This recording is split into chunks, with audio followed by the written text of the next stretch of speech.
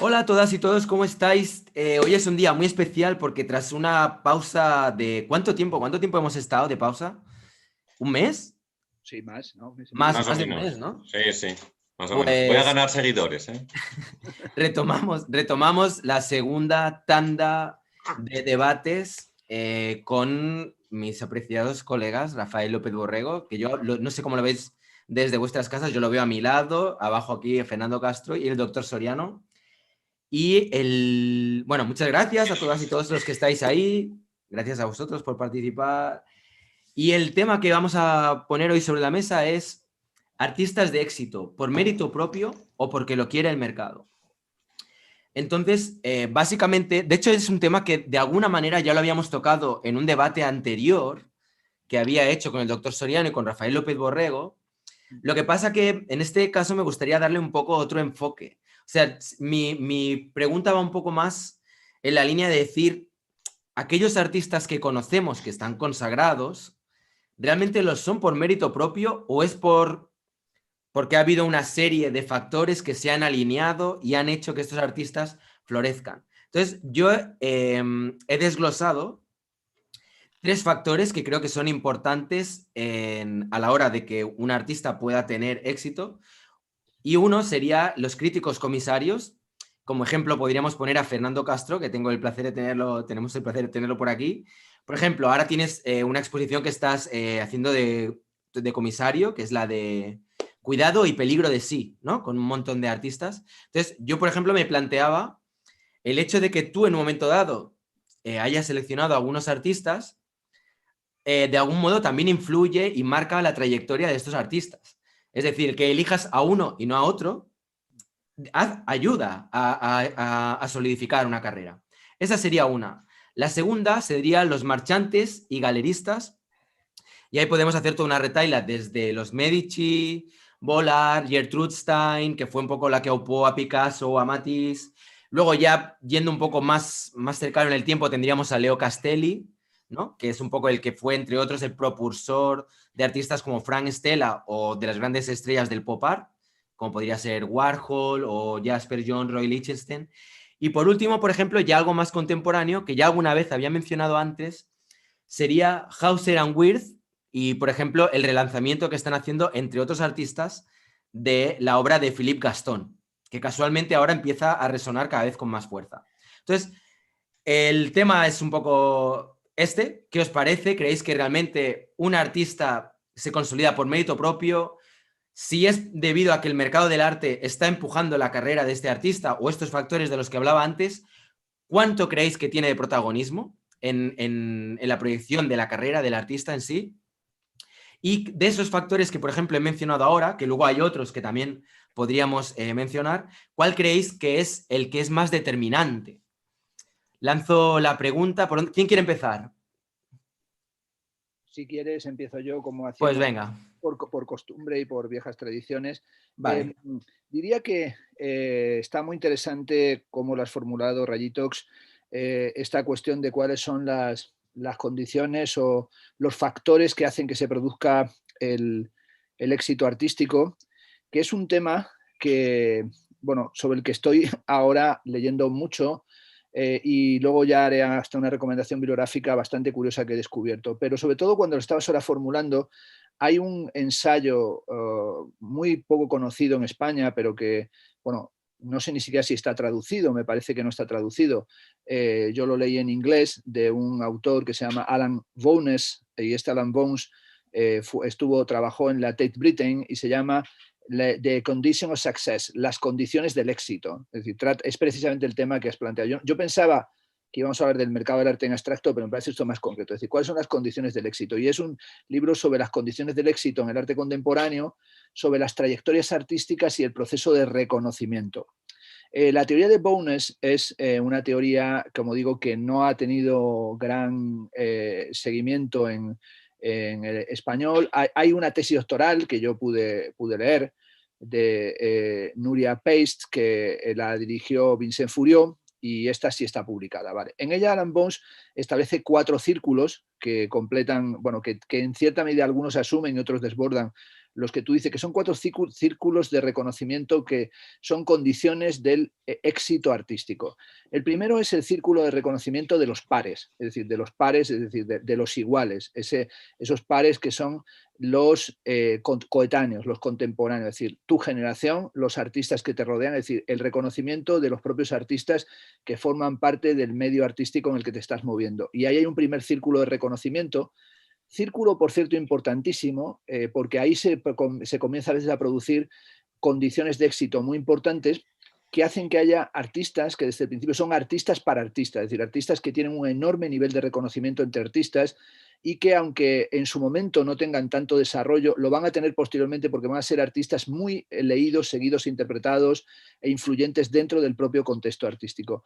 El segundo círculo de reconocimiento es el propio mercado, es decir, el mercado y todas las condiciones del mercado, de lo que ha sido la historia del mercado, desde el mercado del arte del siglo XVIII al siglo XIX, al siglo XX, cómo se va evolucionando de estructuras, digamos, todavía vinculadas con una dimensión aristocrática de un objeto de lujo artístico a condiciones mucho más técnicas y profesionales, la aparición del galerista o de las galerías, la condición del dealer, del marchante, la condición de las galerías internacionales, de las grandes empresas transnacionales galerísticas, etcétera, etcétera.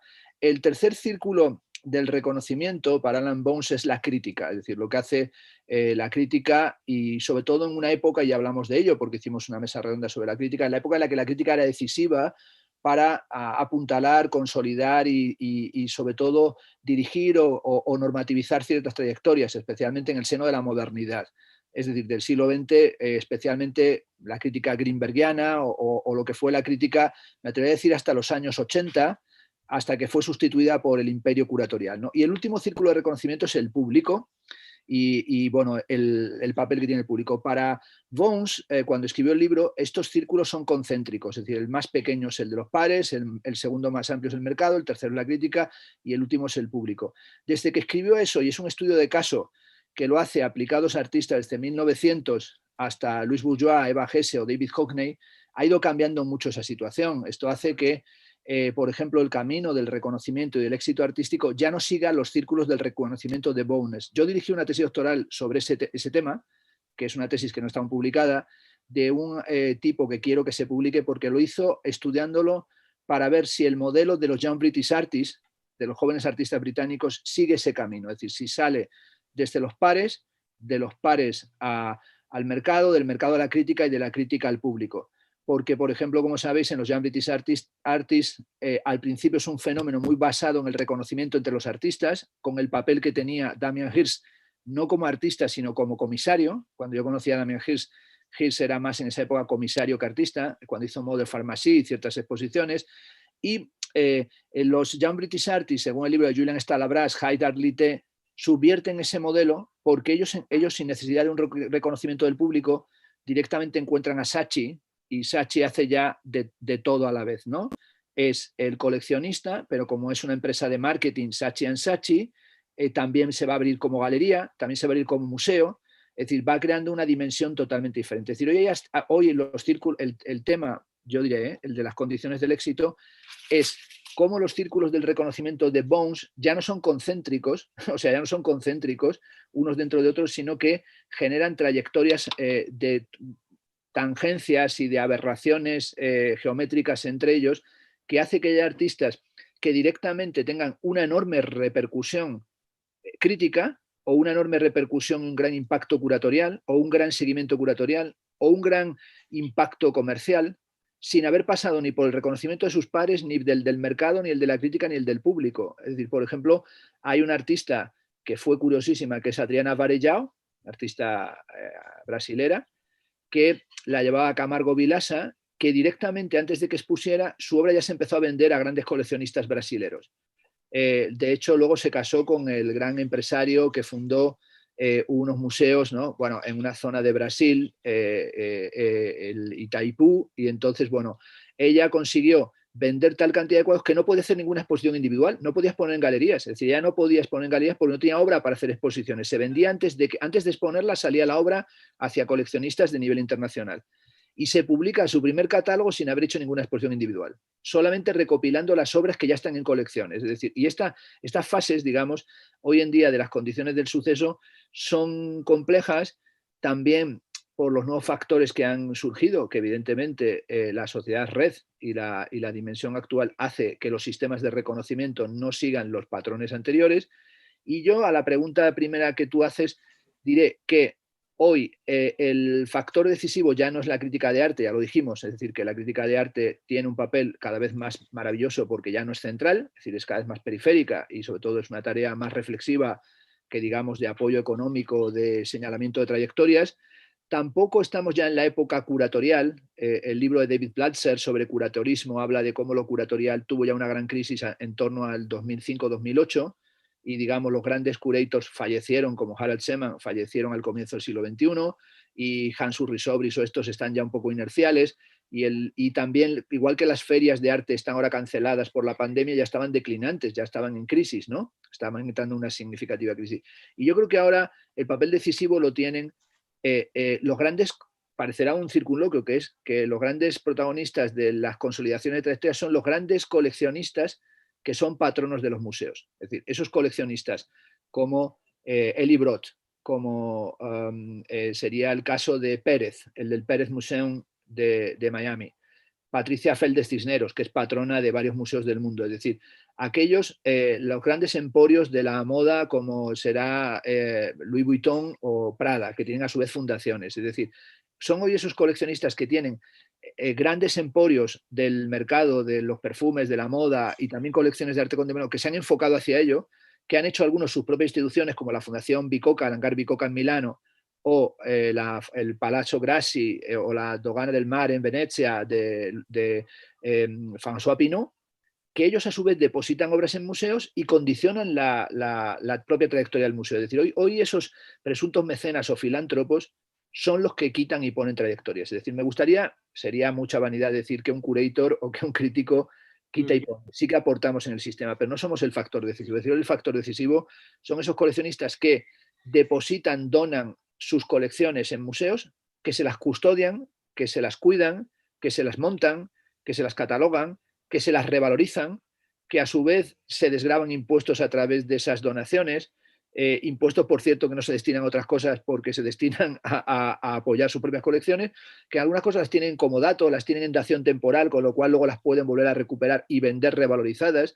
Es decir, que hay ahora un papel crucial casi como de autoalimentación o retroalimentación del gran coleccionismo a través de los museos, que son espacios públicos, pero que están sirviendo intereses privados. Es decir, hoy hay un claro ejemplo, digamos, de neoliberalización de los museos, incluso en países que no, como el nuestro, entienden que el museo es un espacio público, pero nosotros tenemos en el Museo de Reina Sofía a Patricia Feldes Cisneros, a Aníbal Jozami, a coleccionistas latinoamericanos sobre todo, que tienen intereses económicos en nuestro país y que están moviéndolo en esa dinámica. Quiero decirlo porque siempre queda un poco raro. No es esta dinámica igual en todos los lugares del mundo. Es decir, que claro, estamos hablando, evidentemente, y siempre salen estos comentarios, no es igual cómo se gestiona el mercado del arte en Europa o en España que como se hace en Alemania, que se hace de una manera diferente, como se hace en Estados Unidos, como sucede en Argentina, como sucede en México. Es decir, hay muchas matizaciones, ¿no? Es decir, que Soriano podrá decir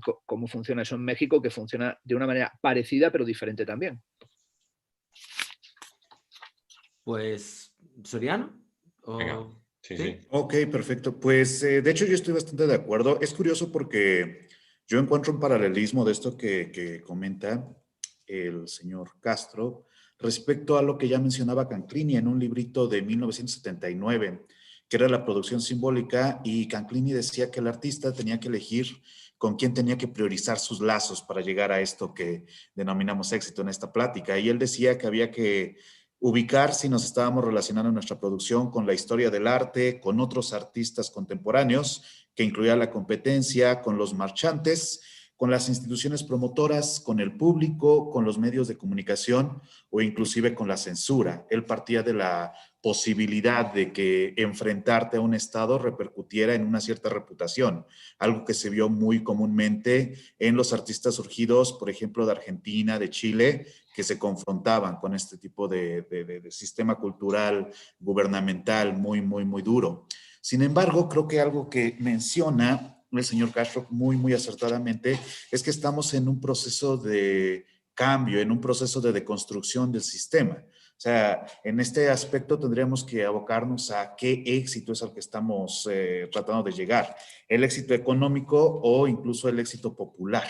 Una suerte de populismo artístico que también existe gracias al poderío de las redes sociales, precisamente. Y ese es el factor que, por ejemplo, Canclini no menciona en esta estructura, en este esquema que, bueno, que fue como piedra angular de mucho pensamiento artístico aquí en México, pero que ha llegado a cambiar muchísimas cosas. Es decir, el valor de las galerías, a menos que sean galerías muy, muy pesadas, ya no es un valor determinante. De repente había una idea desde el artista joven o el artista emergente que si una galería te apadrinaba, ya estabas a medio camino del éxito, y actualmente hay muy pocas galerías que puedan tener esa certeza de si yo te patrocino ya vas a ser un artista famoso. No son tantas y surgen las pequeñas galerías dedicadas más a un comercio local.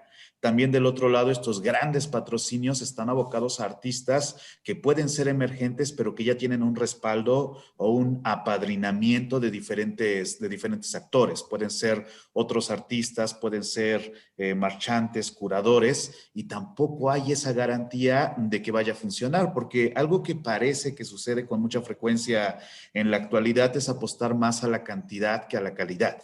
Vamos a sacar el mayor número posible de artistas, a ver cuál pega, y de ahí nos agarramos. Y se puede ver muy claramente en eventos como el Art Basel o como estas ferias de arte, donde hay una cantidad de nombres amplia y de repente encuentras algunos que ya son viejos conocidos, pero muchos de los emergentes no vuelven a aparecer en la siguiente edición. O sea, es algo así como descalificar y separar el trigo de la paja, pero no necesariamente por la calidad o la propuesta de la obra, sino por qué tan comercial llega a ser. Y eso es algo que ya había advertido también, ¿cómo se llama? Robert Hughes en este ensayo sobre el mercado. Yo creo que también a partir de eso, te digo, habría que ver esta bifurcación, pero que se llega a entrecruzar entre lo popular y lo comercial, porque de repente alguien que es muy popular es adoptado por las instituciones. Aquí en México se llega a ver muchísimo en museos gubernamentales. Por ejemplo, hace poco, creo que ya lo había comentado, hubo una exposición de Mon Laferte. Por ninguna buena razón, nadie conoce la obra plástica de Mon Laferte. Creo que es una obra bastante amateur, pero probablemente tuvo más visitas, y eso que ya estaba surgiendo esto del COVID, que exposiciones de otros artistas mucho más consolidados, ¿no? Se me ocurre, por ejemplo, la exposición de Neto, el brasileño, que aunque tuvo mucho público, no se comparó con el que fue a ver la exposición de acuarelas de Marilyn Manson.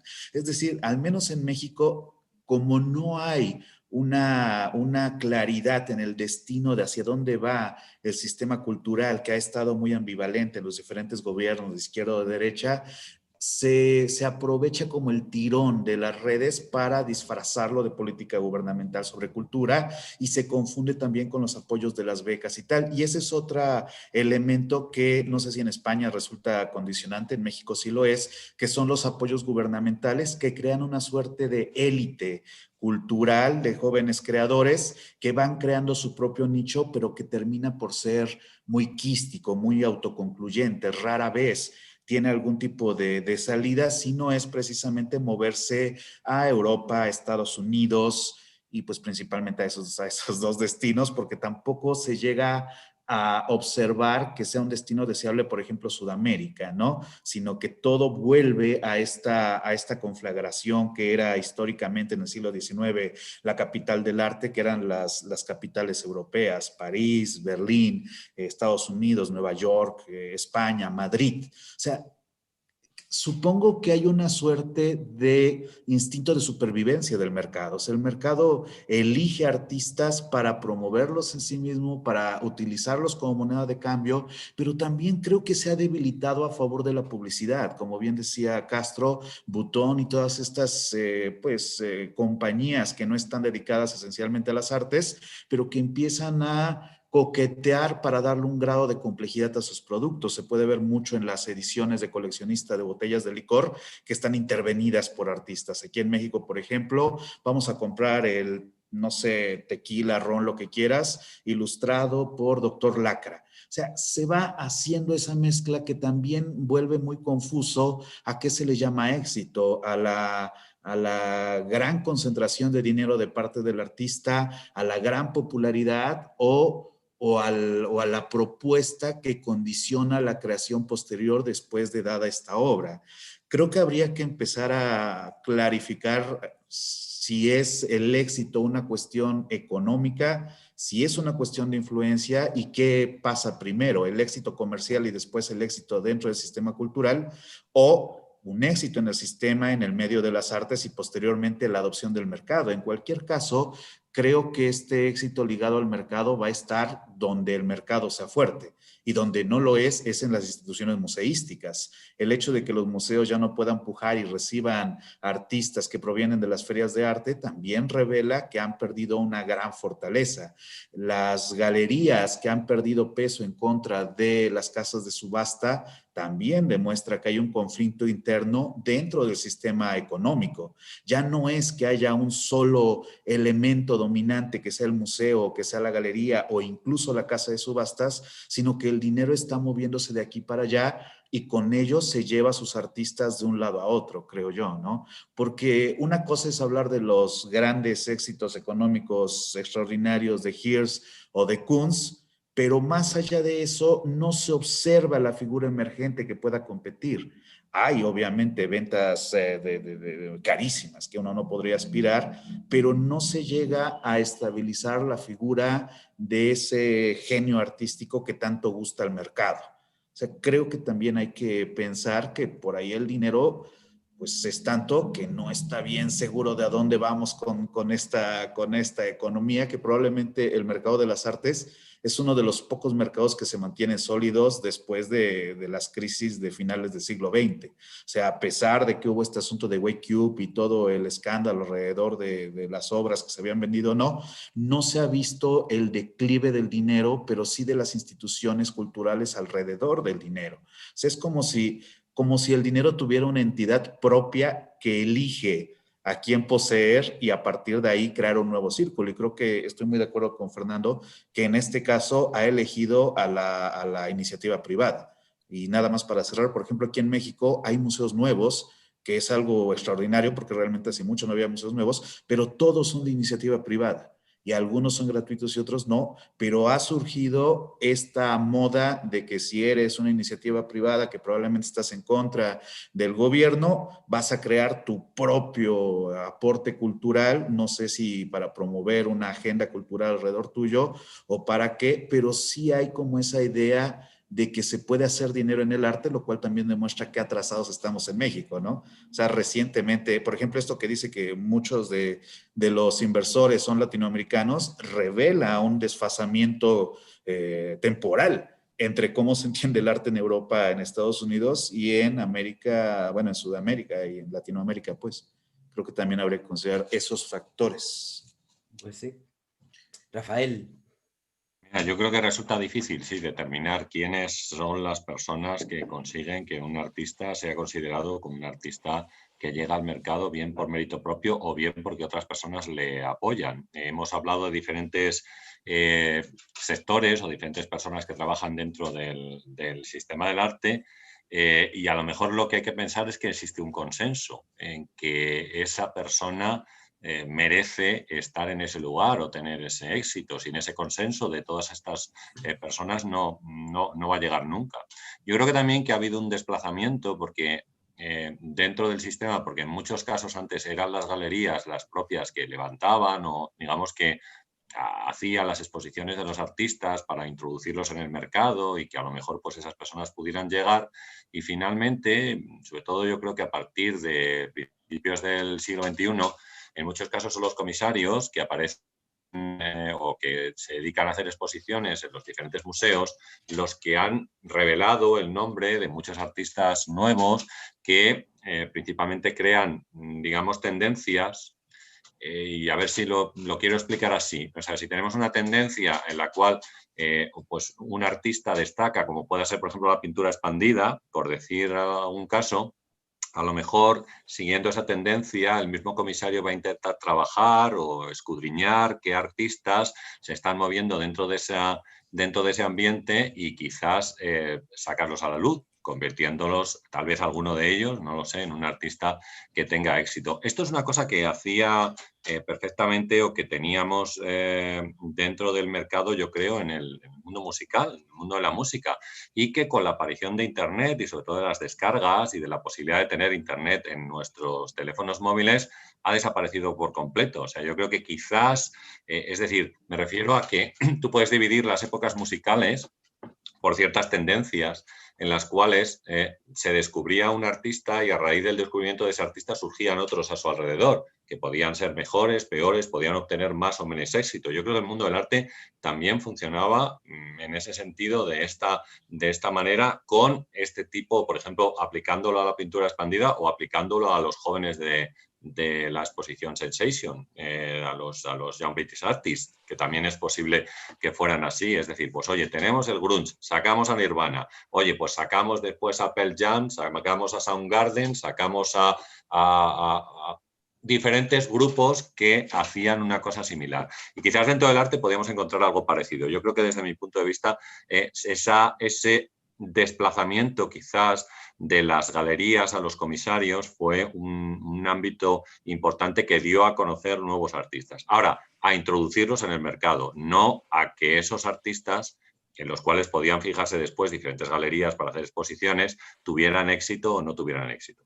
Hay artistas que sí consiguieron el éxito, y hablamos antes de la exposición de Sensation, y habéis citado, por ejemplo, a Damien Hirst como un artista de éxito, quizás con sus primeras obras, sí, con estos animales en Formol, que yo creo que puede ser un artista destacado porque tienen un cierto mensaje, pero una vez que ha obtenido ese consenso, ese reconocimiento de todos estos grupos que forman parte del sistema, tanto de comisarios, galeristas, coleccionistas, ¿vale? El público en general, bueno, pues se dedica solamente a satisfacer las demandas del mercado, nada más.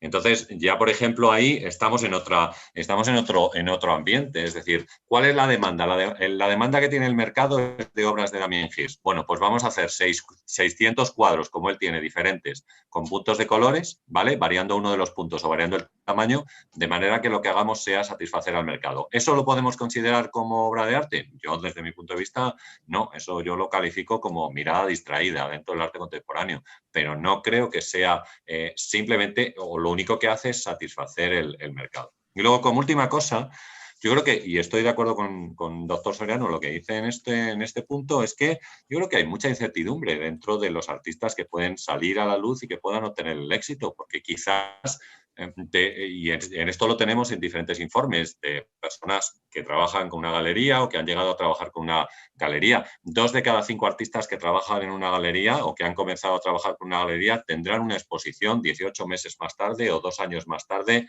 de iniciar la primera. Es decir, hay 3 que se quedan en el camino.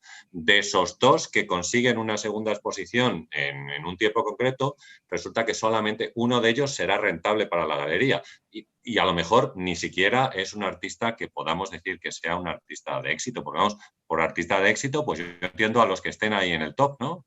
Supongo que estamos hablando también de los Damien Hirst, de los Jeff Koons, de los Kusama y de toda esta gente que se reparte. Bueno, hay muchos más, ¿no? Pero quizás estamos ahí en ese grupo que, desde mi punto de vista, satisfacen una necesidad que tiene la sociedad contemporánea de no prestar atención a las obras de arte, como decimos, de pasar de forma distraída ante ellas, sin fijarse realmente en lo que quieren decir, en esos puntos de colores, esos globitos con forma de perro, o bien los puntos que nos ofrece Kusama. Dentro de que Yayoi Kusama pues tiene un cierto pase con el tema de la pintura expandida que antes he comentado, pero bueno, yo creo que me entendéis un poco por lo que quiero decir. Así que, claro, influye toda esa incertidumbre de si el artista se va a poder mantener o va a poder mantener una carrera artística dentro del mercado. En uno de los libros de Don Thompson, que habla sobre el tema de subastas, hablas de un artista que yo no recuerdo su nombre exactamente ahora mismo, no me viene el nombre.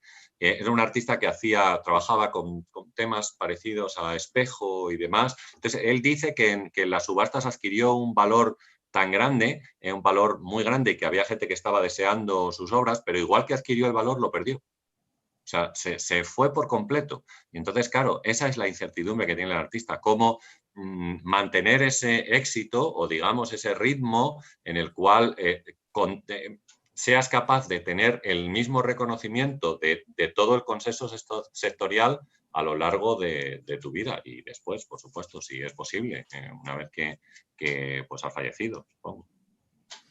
Hay varias cosas que me han llamado la atención. Una es un comentario que comentaba el doctor Soriano respecto a Art Basel, como de repente hay muchos artistas que aparecen un año y que al año siguiente pues ya no están, ¿no? Artistas emergentes especialmente.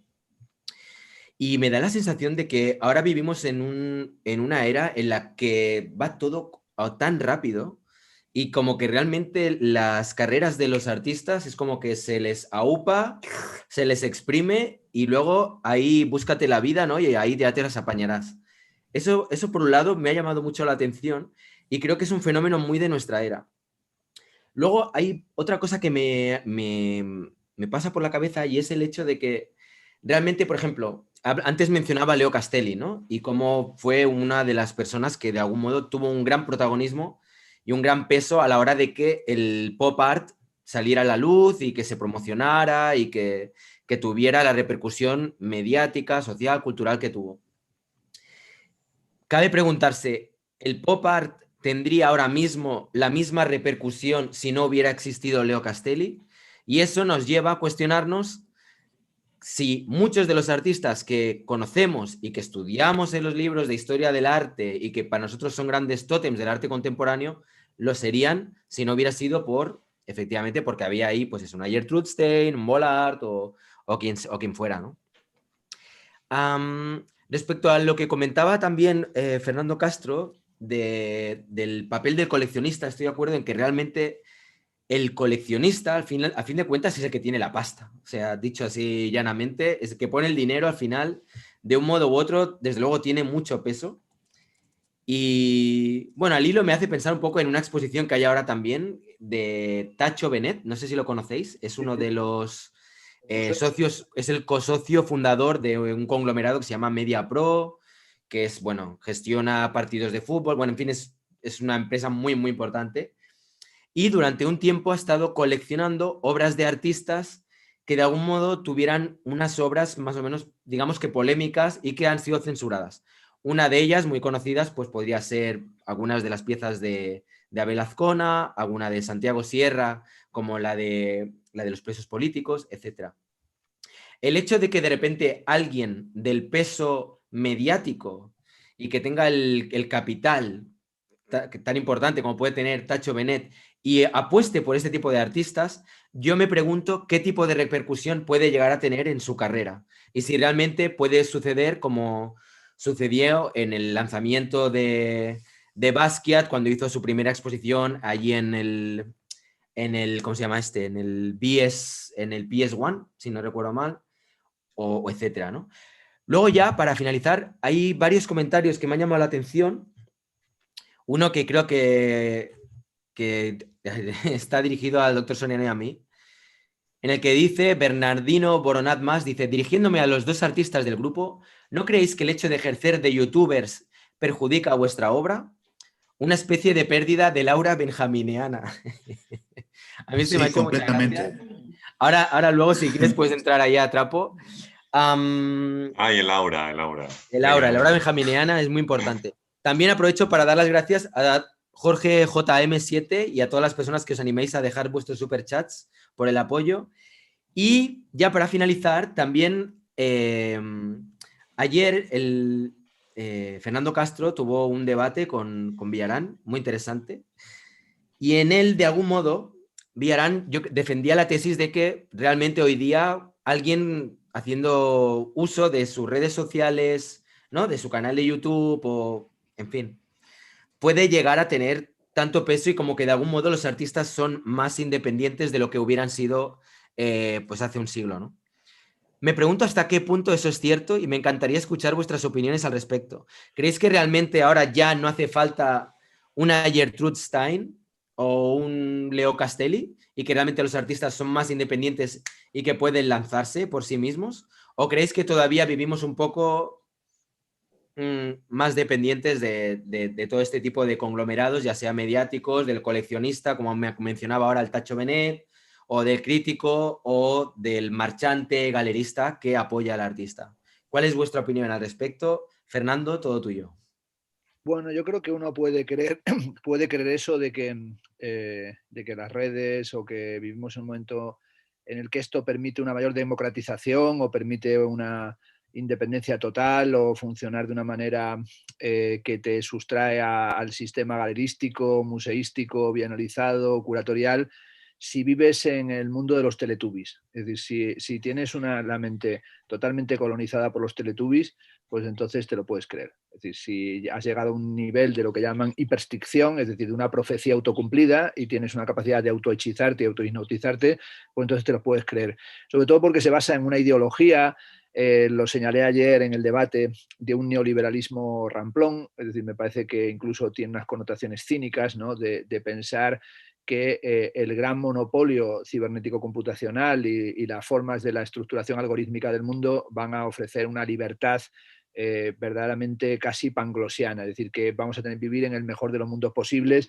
y aquí vamos a cumplir las profecías de la utopía de Tomás Moro, en las que, como decía Tomás Moro, por cierto, hace poco, volviendo a leer la utopía de Moro, dice que todos en la utopía cagaremos en váteres de oro, es decir, que la pieza de Catalán ya la anticipó Tomás Moro en su utopía renacentista, pero añade, y los esclavos también tendrán cadenas de oro, es decir, que en la utopía hay también cadenas, ¿no? Y a lo mejor las redes son también redes que incluyen cadenas, ¿no? Dicho esto, yo creo que hoy estamos en un momento en el que, en función de lo que hemos estado hablando, hay muchas cuestiones a valorar. Por ejemplo, por un lado, lo que estabas hablando de Tacho Benet y del papel que este tipo de museos que toman el arte controversial o el arte crítico o las obras censuradas o lo que está haciendo él de coleccionar arte polémico, ¿no? Es decir, qué papel cumple. Justamente esta semana hemos hecho un congreso internacional sobre arte y censura que enlaza con lo que decía, yo creo que muy oportunamente, el amigo Soriano sobre el texto de Canclini, ¿no? Sobre la relación entre censura y reputación. Es evidente que el ser censurado y el tener una cierta censura puede ser en un momento dado lo que llamaríamos una prueba de autenticidad, entre comillas, la autenticidad, ¿no? O sea, la peor cosa que le puede pasar a un artista polémico, crítico, político, es que le peguen unas palmadas en la espalda a los colegas y le dicen, eres cojonudo, eres el mejor de los artistas crítico-políticos. Si una obra controversial o que quiere generar controversia y polémica no la genera, ha fracasado. Por tanto, la lógica del escándalo, eso ya lo estudiaron los vanguardistas y está en el famoso libro El shock de lo nuevo de Hughes, es que si tú no generas escándalo y si tú no generas provocación, acabas de meter una cagada de marketing, incluso como artista político, tremenda. Por lo tanto, a veces generar controversia y conseguir la reputación a través del escándalo es fundamental. Y hay gente que busca y necesita estar censurado y cuando no lo tiene lo necesita. Otras veces te cae una censura, lo que está pasando actualmente con el movimiento San Isidro, de los que están encerrados en huelga de hambre y de sed en Cuba por la detención de Denis Solís, del rapero. Esa gente está en un régimen como el cubano tiránico y están siendo censurados, o lo que le pasó a Daniela Ortiz, que tú mismo lo recogiste ya en entrevistas, ¿no? Pero sí creo que hoy en día la cuestión del éxito, antes mencionaba Bones, yo estoy ahora leyendo un libro que me tiene alucinado, sobre todo porque plantea teorías para mí muy desconocidas, pero que me está funcionando mucho. Es un libro que se llama Creadores de Hits, que lo muestro aquí. El libro es de un tipo que se llama Derek Thompson y se titula Cómo triunfar en la era de la distracción. En realidad el título en inglés es Cómo tener éxito en la época de la distracción. Y es un sociólogo y es un economista que va analizando cómo ha sido el éxito en el campo de las artes plásticas, en la música, en el diseño, en la moda, en distintos, pero analiza desde posiciones que son totalmente diferentes a las que nosotros solemos manejar, es decir, y esto es lo interesante de este tipo de libros, ¿no? Él parte de un caso muy curioso, que es el de Gustav Chaillebot, que seguramente a nuestros seguidores, a muchos, no les sonará nada, pero este personaje comienza en la National Gallery de Washington. Está viendo el puente japonés de Claude Monet y hay un montón de gente que entra y según entra ya dice, oh, wow, hacen fotos, encuentran el Monet, ven un cuadro que ya han visto a través de libros, de publicaciones, se encuentran con una obra fundamental del impresionismo. Y dice, y unas salas más allá, no hay nadie delante de los cuadros de Gustave Chaillevot. ¿Por qué Chaillevot no tiene nadie delante de sus cuadros y Monet tiene tanta gente delante de los suyos? O los tiene Cézanne. Y entonces estudia algo que es muy curioso, y es que Gustave Chaillevot es el origen y la causa de que Monet fuera famoso. Es decir, Monet es famoso porque ese otro tipo existió. Porque resulta que ese tipo, el Gustave Chaillevot, autor de un cuadro sobre el que hizo un vídeo una artista mexicana muy amiga mía, Silvia Gruner, hizo un vídeo, una pieza muy chula sobre unos tipos que están puliendo un suelo de parquet. Ese es un cuadro de este tal Chaillevot expuso con los impresionistas en su época y se consideraba un artista fundamental de la época. ¿Qué problema tenía? Que era millonario, y este era coleccionista de sus compañeros de generación, de los intransigentes, como se les llamaba, y les compró las obras, que ellos no vendían ni una escoba. Y este tipo, cuando fallece, lega sus obras al Estado francés, con el objetivo de que se haga un museo del impresionismo, porque el impresionismo, como sabéis, estaba discutido a todos los niveles y nadie lo quería exponer. Chaillevot ofrece al Museo de Luxemburgo toda su colección. Bueno, la colección, para que os hagáis una idea, Chaillevot cuando muere en el año 1894, con 45 años, tiene 16 lienzos de Monet, 8 Renoirs, 8 Degas, 5 Cézanne y 4 Manet, junto con 18 Pissarros y 9 Sisleys. Los ofrece. Eso está valorado, se valoró en Christie's en varios miles de millones de dólares, que es lo que hubiese costado si se sometiera hoy a subasta, ¿no? Lo ofreció al Museo de Luxemburgo de París. ¿Qué le dijo el Museo de Luxemburgo? Que ni para Dios, que no lo querían, que no querían esas obras. De hecho, hicieron una selección de esos 7 autores y se quedaron con muy pocas obras de él. Esas obras están en el Museo d'Orsay, son la base del Museo d'Orsay. Bueno, esos 7 que él coleccionó son los 7 del impresionismo. Siempre que se hace una exposición del impresionismo son esos 7, pero no se incluye a nadie más. Y a Chaillevot se le pone en otra sala. Pero él es la condición de ese éxito. Es un tío que lo coleccionó en su momento, que nadie lo coleccionaba, que no fue aceptado en su momento, que lo legó como un bloque y que lo convirtió en eso. Cuando pensamos en algunos de los grandes fenómenos artísticos, son sujetos que apostaron por algún momento, que en su momento no tienen repercusión y consiguen funcionar. La pregunta tuya de si existiría el pop sin Leo Castelli, en realidad hay que reformularla. ¿Existiría el pop sin la homosexualidad de Jasper Johns y Robert Rauschenberg? Pues no habría existido.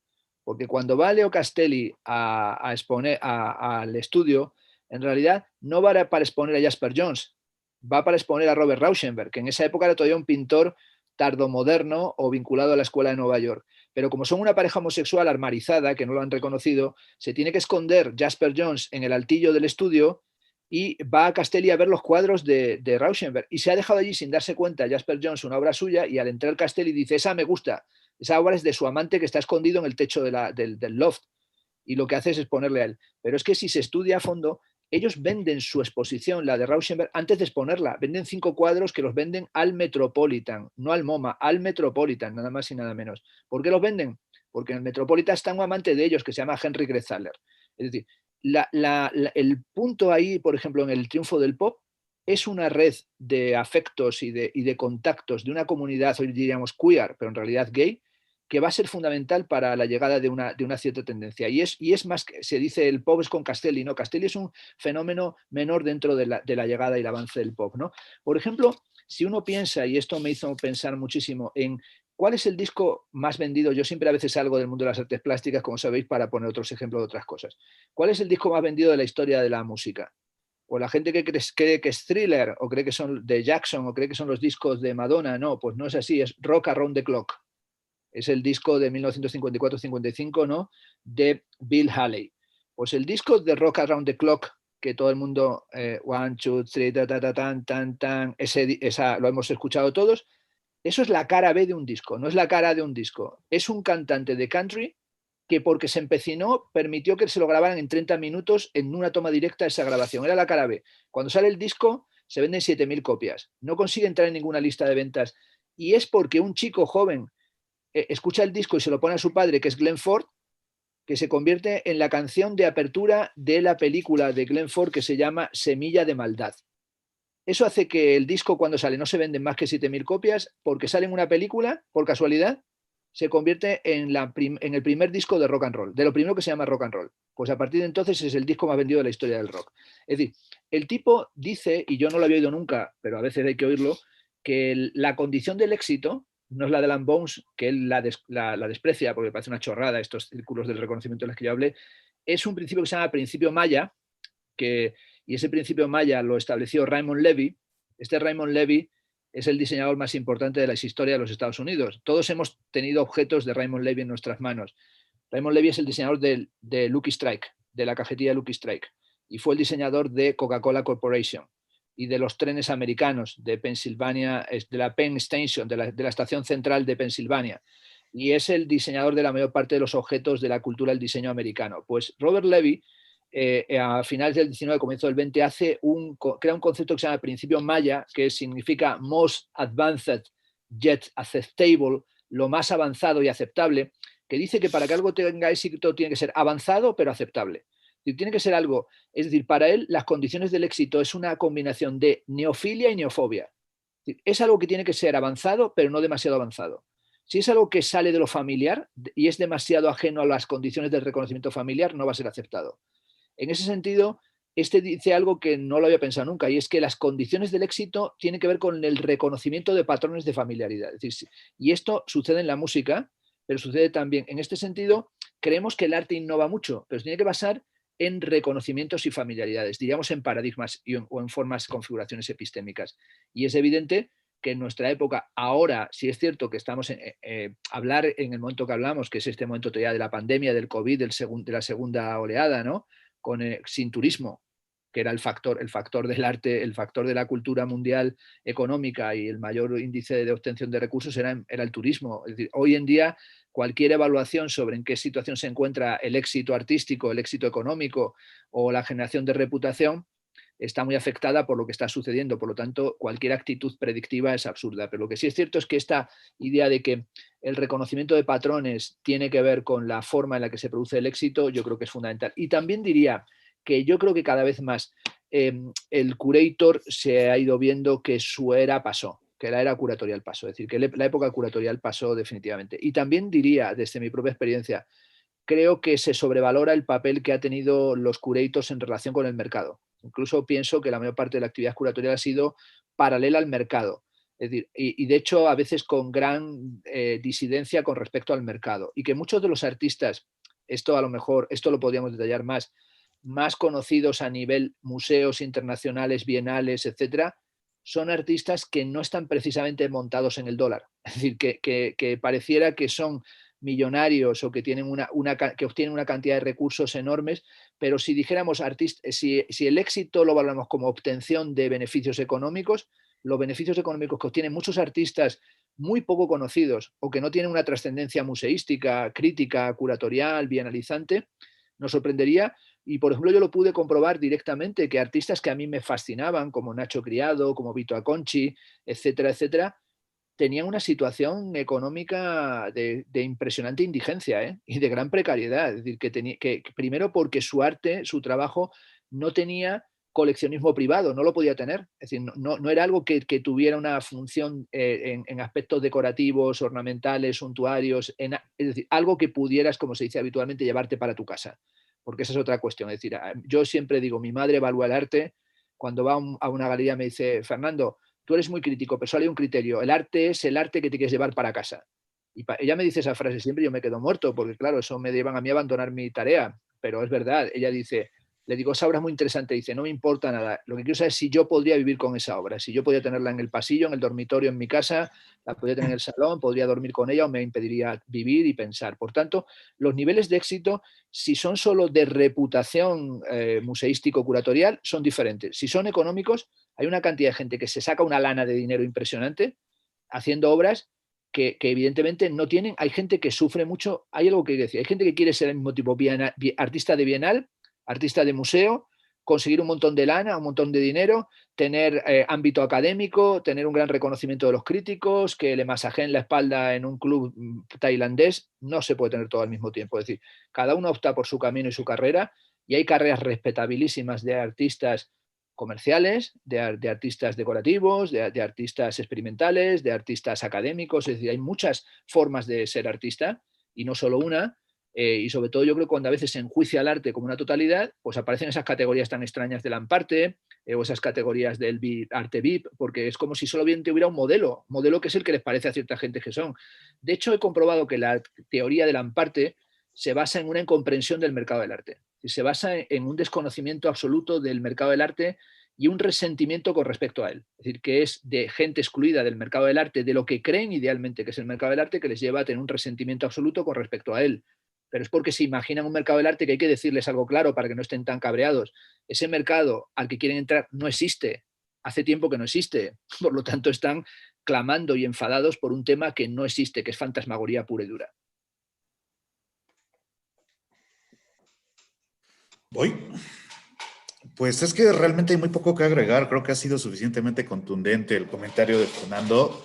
Digo, a mí se me ocurren muy pocos autores que logren estar dentro del mercado, ser populares y a lo mejor ser observados dentro del sistema académico, porque esa diferencia, porque coincido, hay muchísimas variantes de dónde es que está el arte, dónde es que está el gran artista y tal, pero hay, digamos, el ámbito de la academia, no sé, de la filosofía, de las carreras de arte y tal, que incluso en eso se bifurcan. Hay academias de arte dedicadas completamente a sistemas del neoclásico o anteriores, como hay algunas en España misma, tal vez en Rusia, y las otras academias que están dedicadas a las estéticas duras, al estudio académico del arte, casi como una ciencia. Digo, no quiero exagerar, pero es para establecer un punto de comparación.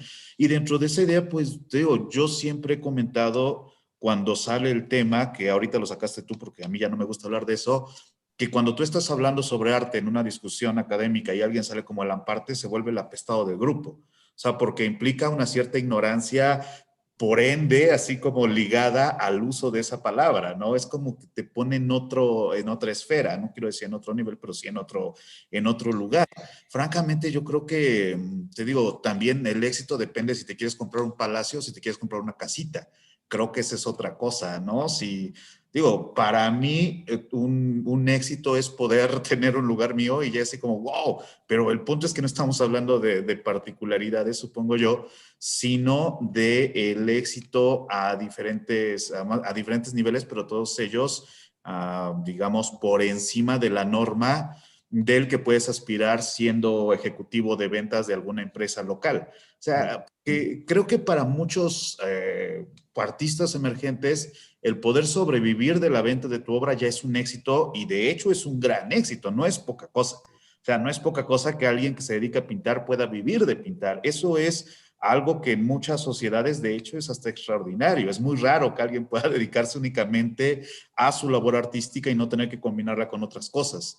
Pero digamos, las grandes ligas del mercado del arte, creo que aquí el único que las conoce bien a bien es Fernando, que ha estado en convivencia con artistas de este altísimo nivel, en ese tipo de eventos y tal, supongo yo, tampoco lo sé, pero es otra cosa, es un culto más bien al personaje en gran medida. Por ejemplo, ahorita me acuerdo de este libro de Pablo Helguera, de El Manual de Estilo del Arte Contemporáneo, y a mí me llamó mucho la atención que cuando se publicó aquí en México era un libro que estaba muy de moda entre estudiantes de arte, que creo que lo tomaban demasiado en serio. Yo tengo la idea de que ese libro no es tan serio como para considerarlo un manual real, pero había gente que sí lo seguía al pie de la letra y el problema de eso es que es un chiste, o sea, eso es como crear un personaje que puede ir por aquí y por allá diciéndose artista, pero en ningún momento es alguna metodología seria sobre cómo hacer arte, ¿sabes? Y entonces creo que esa es la otra cosa, que a lo mejor un factor que existe mucho en el medio, tanto en el comercial como también en el académico,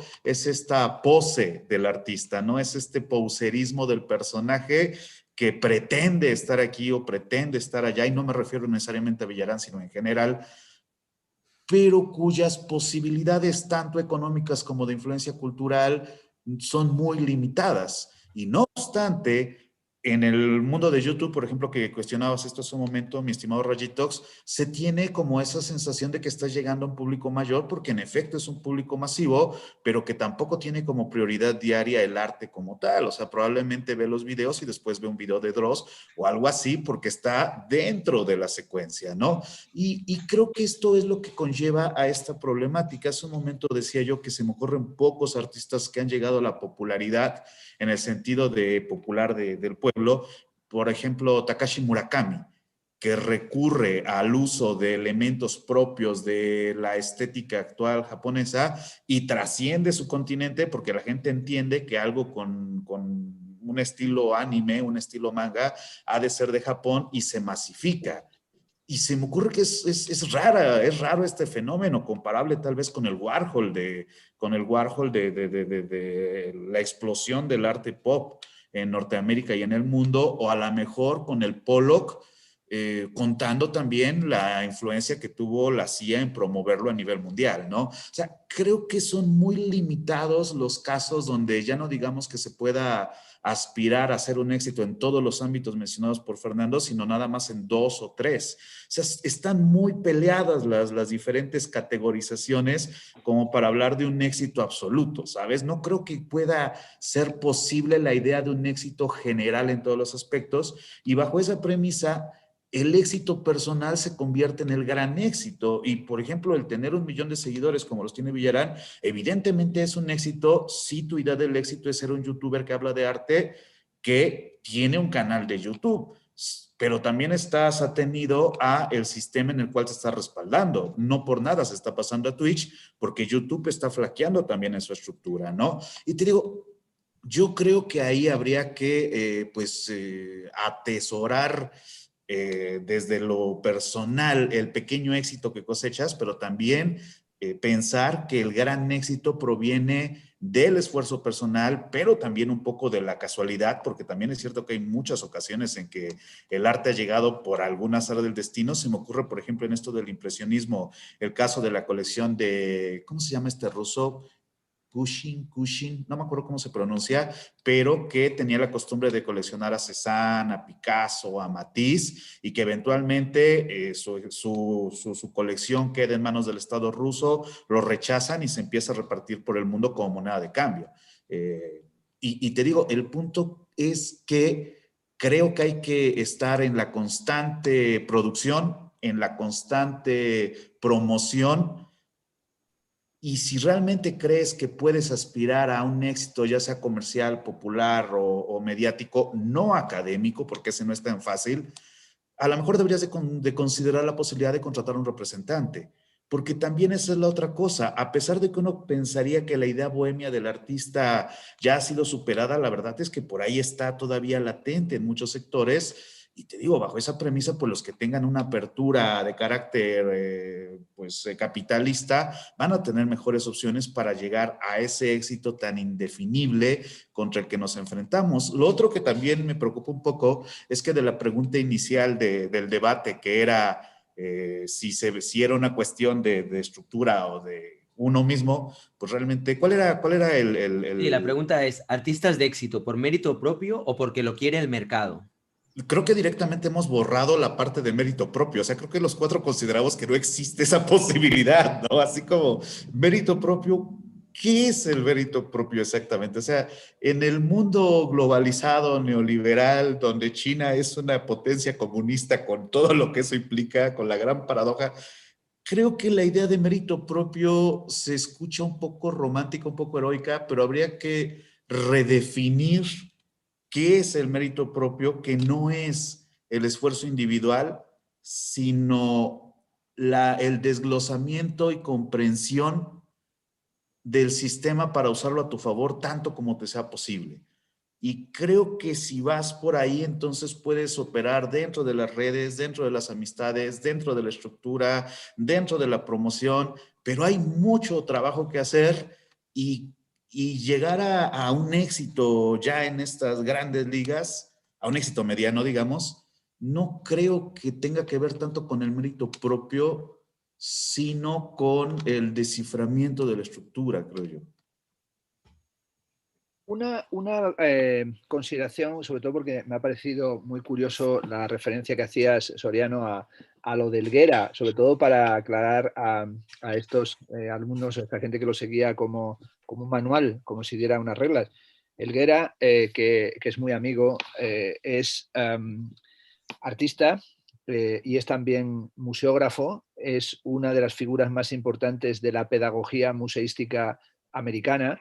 Ha estado, o sea, digo esto porque ha estado al frente del Departamento de Pedagogía del Guggenheim de Nueva York y del MoMA. Y es un artista, bueno, es un artista mexicano, es mexicano, y yo le conocí, bueno, he escrito sobre él, hemos tenido una relación muy estrecha.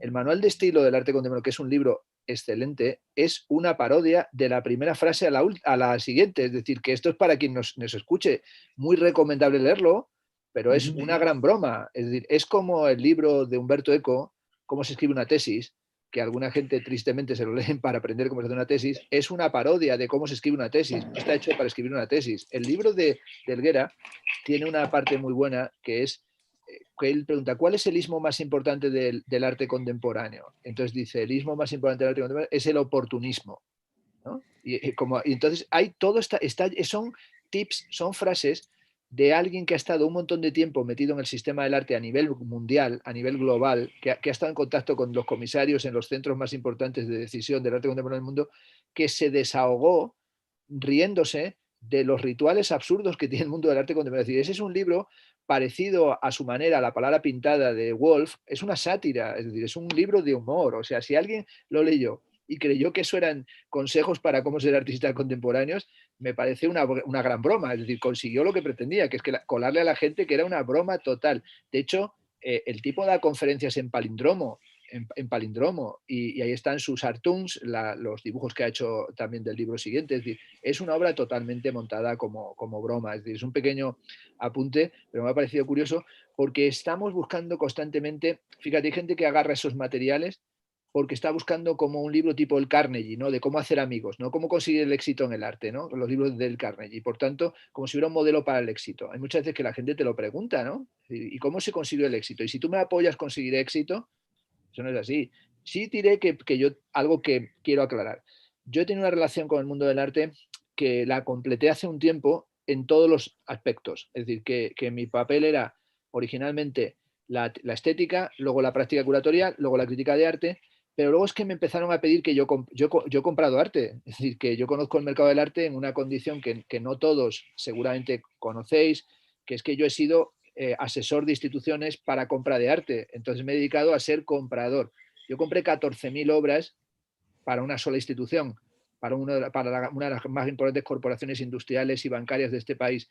Compré la colección entera de arte latinoamericano del MEIAC, asesoré a un montón de museos del mundo en adquisiciones de obra. Por lo tanto, yo he estado en negociaciones, comprando obras, es decir, uno puede estar vinculado con el arte, pero por eso cuando a mí me habla la gente del mercado del arte, digo, bueno, vamos a ver, son teóricos del mercado del arte, hablan del mercado del arte porque les ha venido una revelación, o han estado alguna vez pujando en subastas, conocen los precios de los artistas, es decir, han estado participando en eso. Por tanto, yo he tenido que ir a negociar compras de obras, a veces de 7 millones de dólares, a veces de 14 millones, hemos comprado obras desde, qué sé yo, desde Marcel Brodars hasta he comprado bodegones cubistas, es decir, que quiero decir que eso supone actividades comerciales complejísimas, ¿no?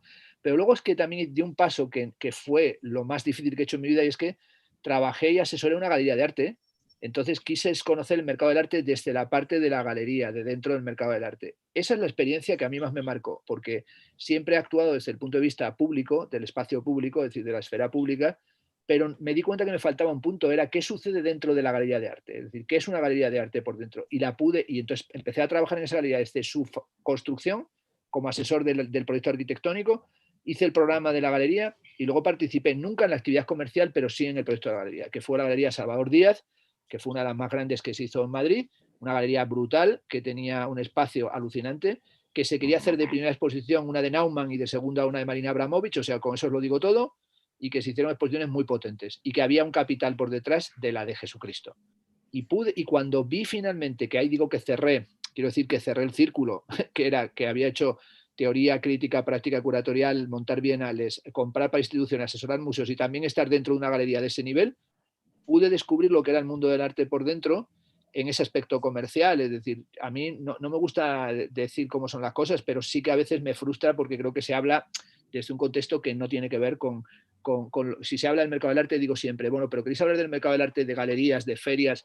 Porque yo asesoré 18 años a Arco y formo parte del comité también de Basel, o sea que por lo tanto conozco, y está en la Feria de Colonia del comité y en Artísima. Es decir, si has estado en los comités de ferias, sabes cómo se seleccionan galerías. Es decir, cuando uno dice, ¿qué son las galerías? Hay gente que habla del mercado del arte o de las ferias y digo, vale, tienes una opinión pues diletante, o sea, desde fuera, sociológica, descriptiva, fenomenológica, lo que tú te imaginas que es. Tú sabes cómo se seleccionan cuáles son las puntuaciones, cómo se dan las puntuaciones en las galerías para ir a una feria y por qué se incluyen o excluyen en las ferias. Ese es un tema que es técnico, o sea, quiero decir que se hace por comités. Entonces, sencillamente, eso me llevó a analizarlo a fondo.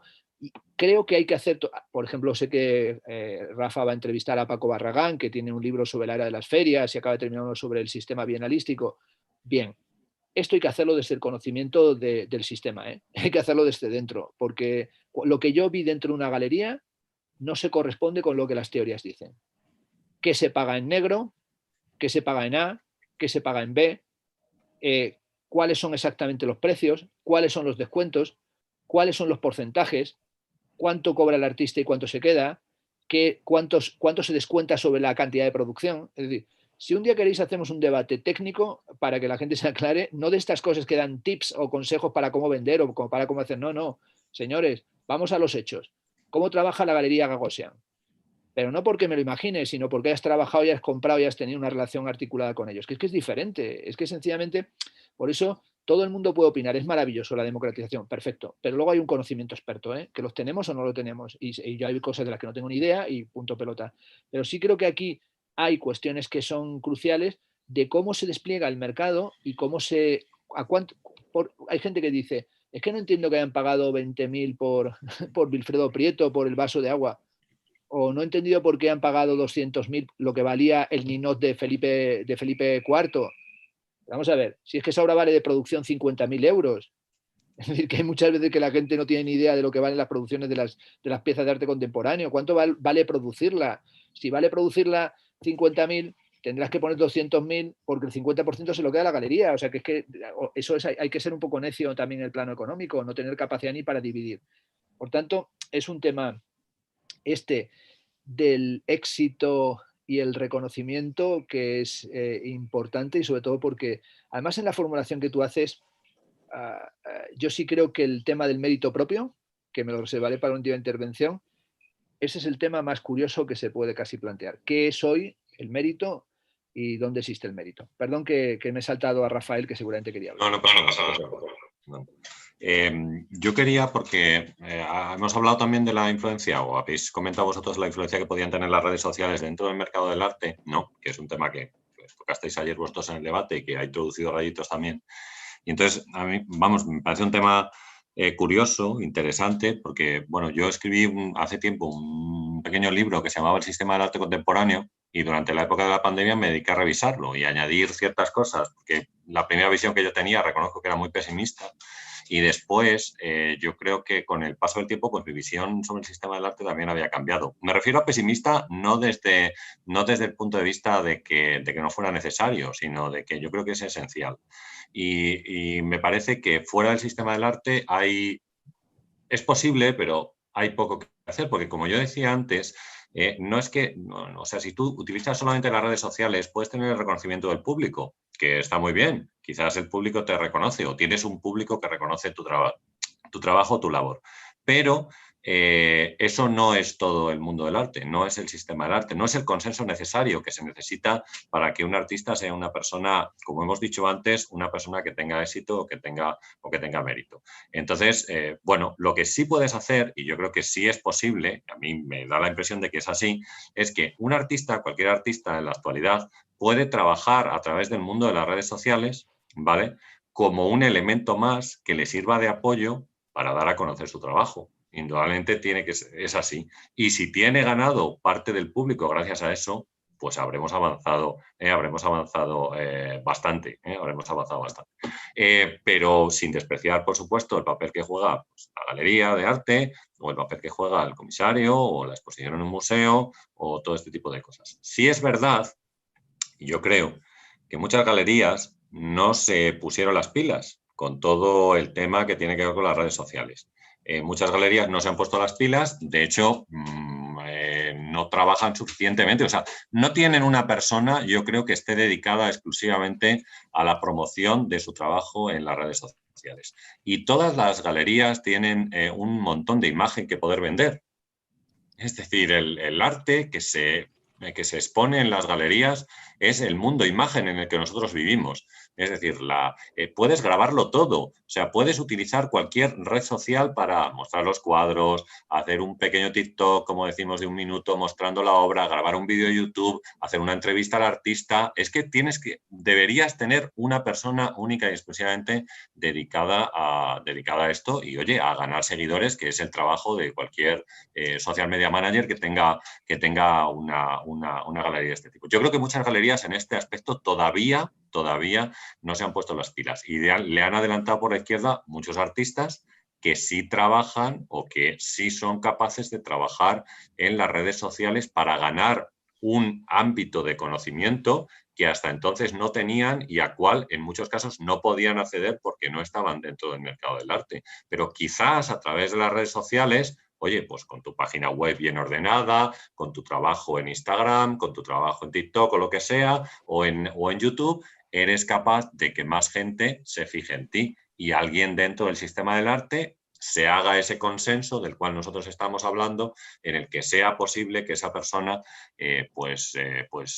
sea reconocida por los méritos que tiene. Yo creo que, pero solo el reconocimiento del público no es suficiente, ¿vale? No basta, porque es un público, como decimos antes, que puede estar equivocado, ¿vale? Puede estar equivocado porque no conoce exactamente igual o que piensa que el concepto en parte, como habéis dicho, pues tiene que ver algo con la realidad del mundo del arte, que no es así.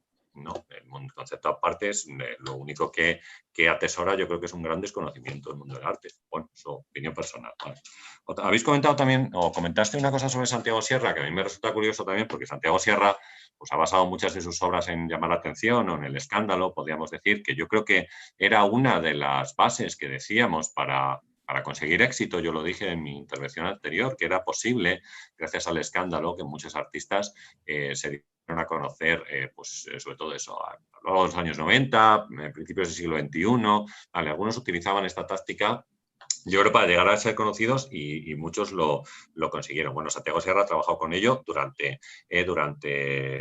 mucho tiempo. Yo supongo que el coleccionista que compra la obra de Santiago Sierra, a mí me queda la duda de si lo hace porque quiere tener un Santiago Sierra en su colección, que yo creo que es una compra estupenda, o lo hace para jorobar al resto de España porque la obra no le sentó bien a la gente, a mucha gente, ¿vale? No porque la censuraran, sino porque a lo mejor no le sentaba bien el discurso que tenía la obra o que ofrecía ese trabajo. A mí esa es la duda que me queda. Si él quería tener una obra de Santiago Sierra en su colección realmente, o lo que quería era bueno, pues molestar, que también era otra opción. De todas maneras, la compra de Santiago Sierra no es nada mala, es bastante buena. Y el doctor Soriano aludía a Murakami también.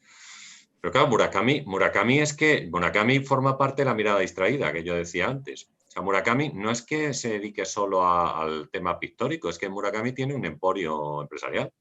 Un emporio en el cual diseña de todo. O sea, él hace todo, desde tazas, bolsos, vestidos, carpetas y demás, aprovechando un tipo de pintura, un tipo de pintura que tiene que ver con la estética de lo cookie, es decir, con el desvalimiento absoluto que nos ofrecen esta imagen manga, un tanto pastelera, que Japón quiere ofrecer al mundo, como dice Simon May en su libro de la estética de lo cookie, después de la Segunda Guerra Mundial, para pedir perdón y no sabe cómo, y es a través de este tipo de figuras desvalidas, que parece que necesitan ayuda, que requieren nuestra atención y que son capaces de conectar perfectamente con el público. Él ha sabido aprovechar esta estética del desvalimiento que nosotros estamos viviendo en todo el mundo, porque nos encanta lo mono, lo cookie, estamos obsesionados con este tipo de cosas, con los unicornios rosas y con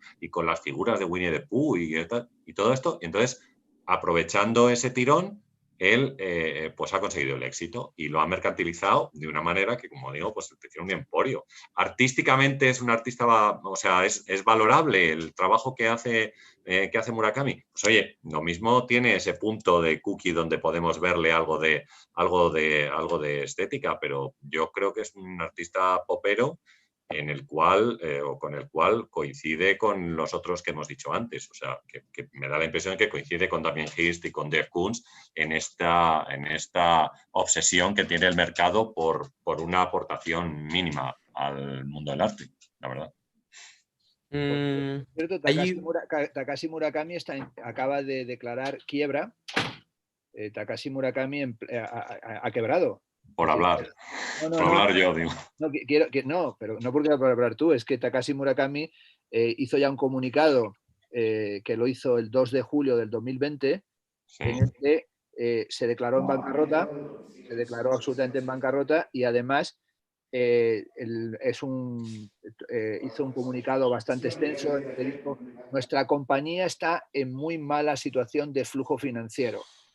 Él adujo dos situaciones. Una, la COVID, otra, que había invertido mucho dinero en una película autopromocional, y otra, la mala gestión de la propia empresa, la Fundación Kai-Chichikai. Es decir, Murakami está, y eso me pareció maravilloso, porque claro, ese tipo de modelo, el modelo Murakami del merchandising y de lo que estaba haciendo, pues claro, el que eso aguantara tanto tiempo era bastante lamentable. Entonces, el que toda su historieta haya caído por tierra y su bancarrota es digna de celebrar. Es decir, que claro, es de ese...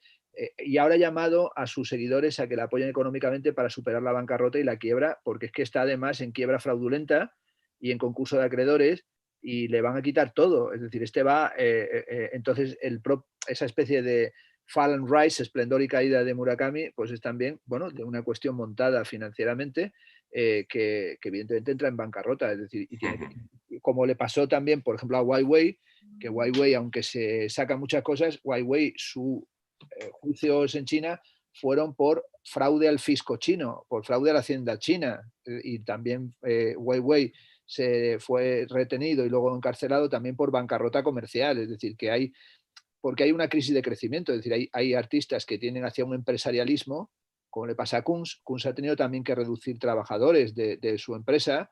También Schnabel hace años tuvo que reducir trabajadores de su factoría pictórica. Es decir, que ese momento en el que ya los artistas... Damien Hirst también tiene serios problemas económicos para sostener el estudio. Es decir, hoy en día, en el momento en el que te conviertes ya en ese mega artista que tienes montada toda una película de la de Cristo, pues claro que vas entrando en crisis, ¿no? Salvo que seas un artista que lo gestione también, por ejemplo, como uno muy silencioso, que es Ansel Kiefer, que Kiefer, pues por ejemplo, que es un artista que tiene el completo, ¿no? Un gran reconocimiento crítico, o sea, como un gran reconocimiento hasta de los académicos, o sea, la academia, como puede decir, vale, es un gran pintor, un gran reconocimiento museístico, un papel importante, y el único punto que tiene es la polémica que tuvo en el año 68, 1968, con la serie Ocupaciones, porque le acusaron de nazi o de filonazi, y eso le marcó mucho su trayectoria en los Estados Unidos, ¿no? Yo he hecho 4 exposiciones y 2 libros sobre Kiefer y he podido visitar sus estudios en Francia y su también fundación en Portugal. Y es impresionante cómo ha sabido gestionar muy bien su carrera, cómo ha ido, porque por ejemplo, Barceló todo el tiempo ha querido pegarse a rueda de Kiefer, pero cada vez que se ha querido pegar a rueda de Kiefer ha hecho un ridículo absoluto, porque pretender Barceló ser Kiefer es, no sé, es una cosa patética, ¿no? Entonces hay gente que sí que lo consigue bien y se lo monta bien. Pero por ejemplo, artistas de esto que se decía antes, que consiguen un gran éxito. Barceló fue un modelo de éxito. Fue un modelo de éxito en una época. Los artistas querían ser Barceló porque había dado documenta, porque había conseguido dinero, porque el país le apoyaba. Fíjate, hemos hablado mucho y no hemos mencionado lo que eran los medios de comunicación apoyando a los artistas, ¿no? Esos artistas como Barceló, que el país le dedicó entrevistas, es decir, no hemos hablado de los medios de comunicación clásicos, ¿no? Como el periódico, voy a comentar ahora, sí, la televisión. Pero, por ejemplo, un artista como el mexicano que está muy comentado, Orozco, pues es un artista también bienalizado, ¿no? Reconocido por las bienales, con apoyo de críticos extranjeros como Booklock, también ya luego de galerías internacionales en Francia y galerías locales como Kurimansuto, que luego incluso se convierte en un artista que tiene proyectos, ¿no? Como eso lo ha discutido mucho Soriano, ¿no? Como el proyecto de Chapultepec, es decir, que entran como en escalas cada vez más amplias, y uno podía decir, vale, eso ha sido para Gabriel Orozco Chapultepec, ha sido el gran éxito de la trayectoria, o ha sido la trampa de oso y la tumba definitiva. Es decir, le vino algo que no es que le viniera grande, sino que a lo mejor le metió en un nivel de discusión y por querer tener más visualidad y más visibilización de la que necesitaba, quería y podía sostener, se vio metido en debates que encima no sabía gestionar porque no tenía un discurso para posicionarse con respecto a ellos. Y sin embargo dices, eso acrecentó, aumentó su prestigio. Es decir, porque yo pude conocer a Orozco, porque Orozco cuando vino a Madrid estudió conmigo, o sea que vino a los talleres que impartíamos nosotros en el Círculo de las Artes, y pude ver cómo era cuando era un joven artista que hacía una pintura muy, muy tímida, muy poco interesante. Pero luego aprendió de Valcárcel y Nacho Criado, y al regresar a México hizo una obra que era totalmente un plagio de la de ellos dos. Es decir, la obra original que lo reconocía Orozco era un plagio de sus maestros del Círculo de las Artes, de Nacho y de Isidoro Valcárcel Medina. Pero luego él hace un camino en el que había que buscar, porque a veces también esto sucede, hay veces que el sistema del arte mundial necesita un artista chino, o un artista vietnamita, o un artista sudafricano, y hubo un momento en el que el sistema del arte, abriéndose un poco hacia un multiculturalismo de cátedra, un multiculturalismo falso, necesitaba algún artista latinoamericano. Y entonces encontraron algo que era blanco y en botella. Un mexicano que había pasado por Madrid, que había estado en París, que hablaba francés, que también se manejaba en inglés, y que encima hacía una obra que podías ponerla al lado de Piero Manzoni y de ciertos artistas conceptuales. Es decir, ¿por qué no convierte en un artista bienalizado a Francisco Toledo, y convierten a Toledo en un artista que lo hubiesen llevado hacia otro nivel? Que también Toledo es un modelo de éxito, ¿no? Porque Toledo es un artista de otro perfil. ¿Por qué toman a Orozco y no toman a otros artistas? Pues porque encuentran que Orozco les sirve para la pócima que están preparando en ese momento, les sirve para el encaje del arte sistémico. Y de repente, pues luego un artista que en ese momento no tiene esa fama, como es Francis Alice, mucho más interesante y con una poética vinculada al Zócalo, las piezas primeras de Layard and the Copy of the Layard, todo el trabajo que hizo cuando vivíamos en la calle Licenciado Verdad, al lado del Ex Teresa, pues ese artista tarda más en despegar. Eso sí, cuando despega Alice, va cogiendo camino, y se coloca en un nivel de un artista que lleva años ahí en el top 100 de los artistas mundiales más interesantes, con una obra muy suya. Es decir, que podemos decir que Alice toma cosas de Magritte, toma cosas de cierta gente, pero que el trabajo no lo ha hecho siguiendo los pasos de otros, ¿no? Es decir, que ha creado una poética muy propia, ¿no? En ese sentido, el mérito propio es que hay artistas que se montan a olas de cosas, que se apuntan a tendencias que están desplegándose, sea fuera en su momento la transvanguardia, fuera el povera, fuera la bad painting, fuera el street art, fueran ciertas cosas, y otros que les ves que toman un camino que dices, pero ¿por dónde va ese tío? Que eso pasa a veces. Hay veces que yo, tantos años he visto artistas que digo, ¿de qué coño va esto? O sea, un artista que toma un camino rarísimo y que luego resulta que ves cómo coge el camino y llega a eso. Yo pude ver a Sierra cuando vivía en México, cuando se fue de Madrid, del Ojo Atómico a México a vivir. Sierra vivía en una situación económica, pero pobre. Es decir, no estaba de rico allí.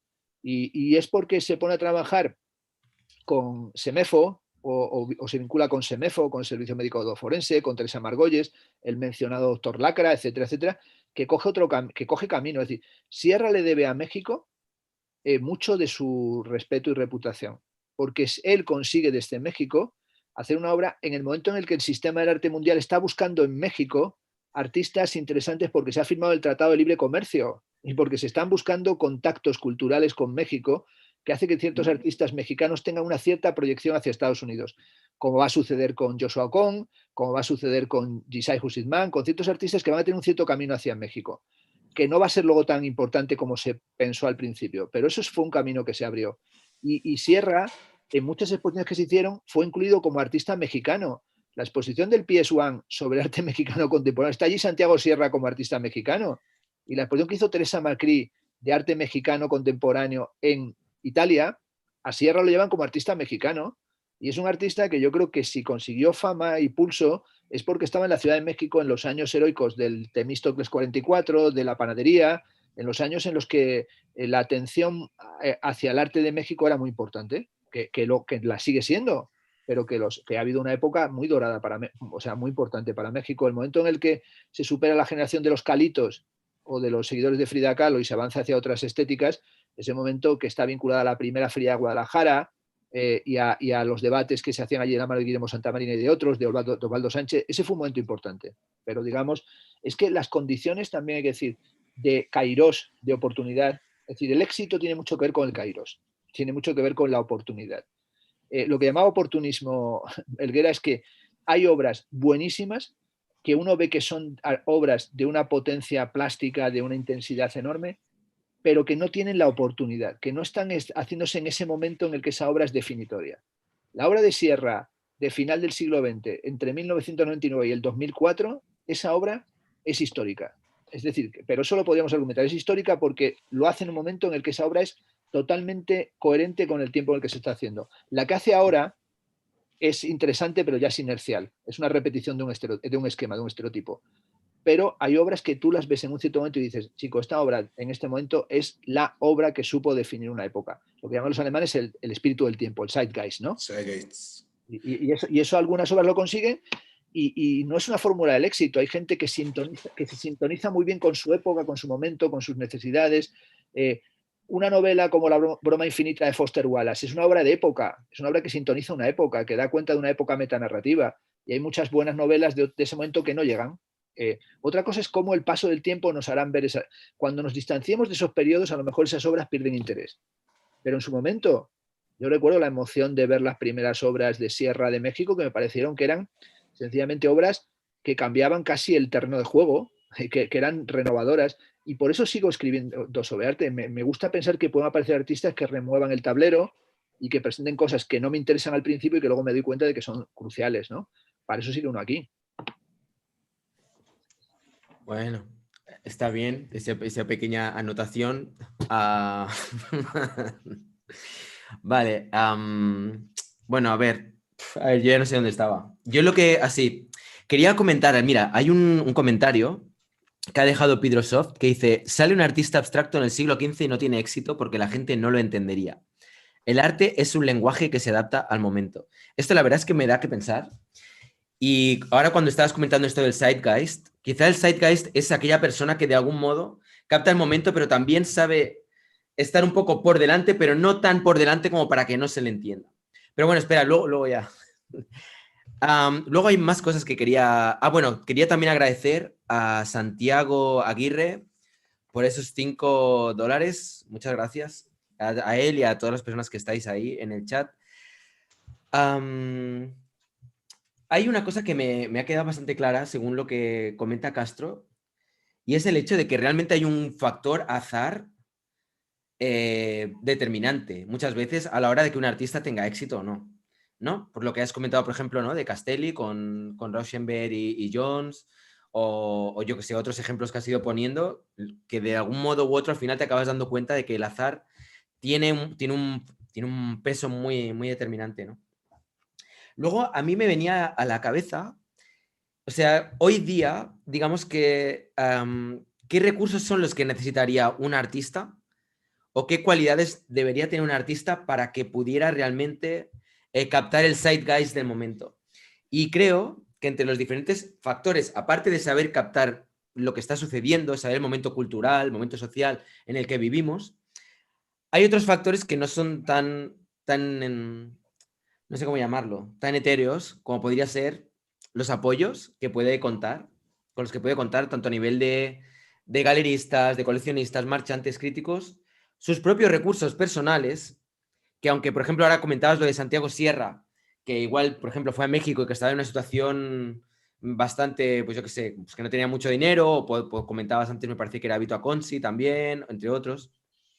Pero por lo general, un artista que tenga ya de entrada más recursos va a tener más opciones a la hora de poder pagarse telas, usar óleo en vez de acrílico, que esto, por ejemplo, es un tema del que se habla poco. Yo, por ejemplo, a mí me encantaría poder usar más el óleo, pero el óleo es carísimo, es que es hiper caro. Aparte de que atufa un montón. Entonces, yo no tengo espacio, yo no tengo un estudio fuera, tengo que pintar en casa, en mi habitación. Entonces, si yo tuviera un estudio porque tengo más dinero fuera, podría usar óleo. Si tengo que pintar en mi habitación, tengo que usar acrílico porque es más barato y 2, porque no huele. Esto seguramente que el doctor Soriano me podrá dar ahí un buen feedback.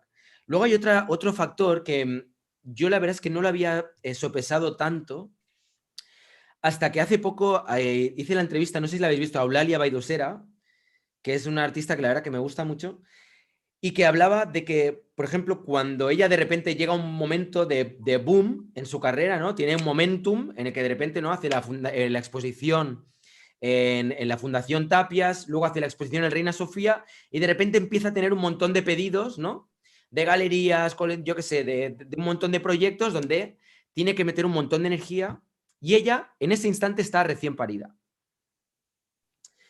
Cuando tú de repente estás ahí, que acabas de ser madre, de repente meterte en una dinámica, en esa vorágine de tener que estar produciendo obra como quien hace chupa chups y tener que estar a la vez atendiendo a tu hija o a tu hijo. Y, o sea, hay un montón de factores que yo creo que son determinantes. Si os fijáis, la mayor parte de las veces los artistas que acaban siendo consagrados son personas solteras. Muchas veces, bueno, solteras, sin hijos. Y si tienen hijos, se encarga la pareja. Es que estoy notando un poco al hilo de lo que hablaba, del mérito propio y de lo que hablaba un poco de qué factores son los que hacen que un artista tenga éxito o no. Al margen del mercado, creo que todos estos factores son determinantes a la hora de que un artista pueda o no pueda tener éxito.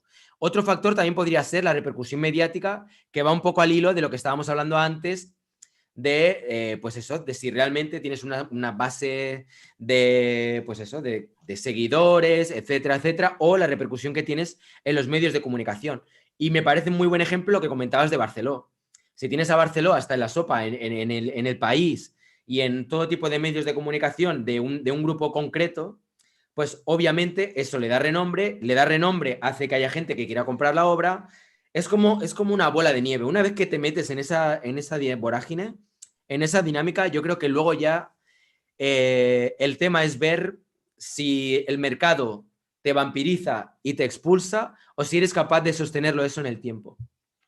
Hay otro tema que me ha parecido bastante interesante y que de hecho he hablado recientemente sobre él, y es el del arte invisible, que no sé si teníais conocimiento de todo esto, de este proyecto que ha sacado esta pareja en el Village con James Franco.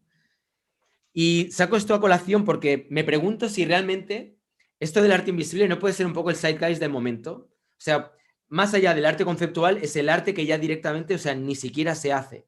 Simplemente la gente lo imagina, le das una etiqueta donde la gente imagina cómo es la pieza y ya está. O sea, me pregunto si realmente eso podría llegar a convertirse en un ismo, si puede ser algo que efectivamente ahora se nos escapa, pero que igual que en su momento Santiago Sierra innovó y quizá era un poco descabellado, pero ahora ya está más aceptado, pues quizá el arte invisible podría llegar a ser un movimiento.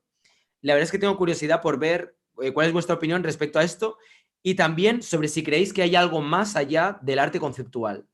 Porque a veces tengo la sensación de que, o sea, podremos cambiar a nivel tecnológico, podremos cambiar a nivel de los recursos que se pueden emplear por parte de los artistas, pero más allá del arte conceptual, a mí ahora mismo se me hace raro el pensar que pueda haber algo que puedas tener el peso que puede llegar a tener el arte conceptual. Porque, o sea, puedes adaptar el arte conceptual, ya os digo, a la realidad virtual, puedes trabajar con el arte conceptual adaptado a algoritmos, como decía Barbarella Blow en uno de sus vídeos, pero al final es arte conceptual.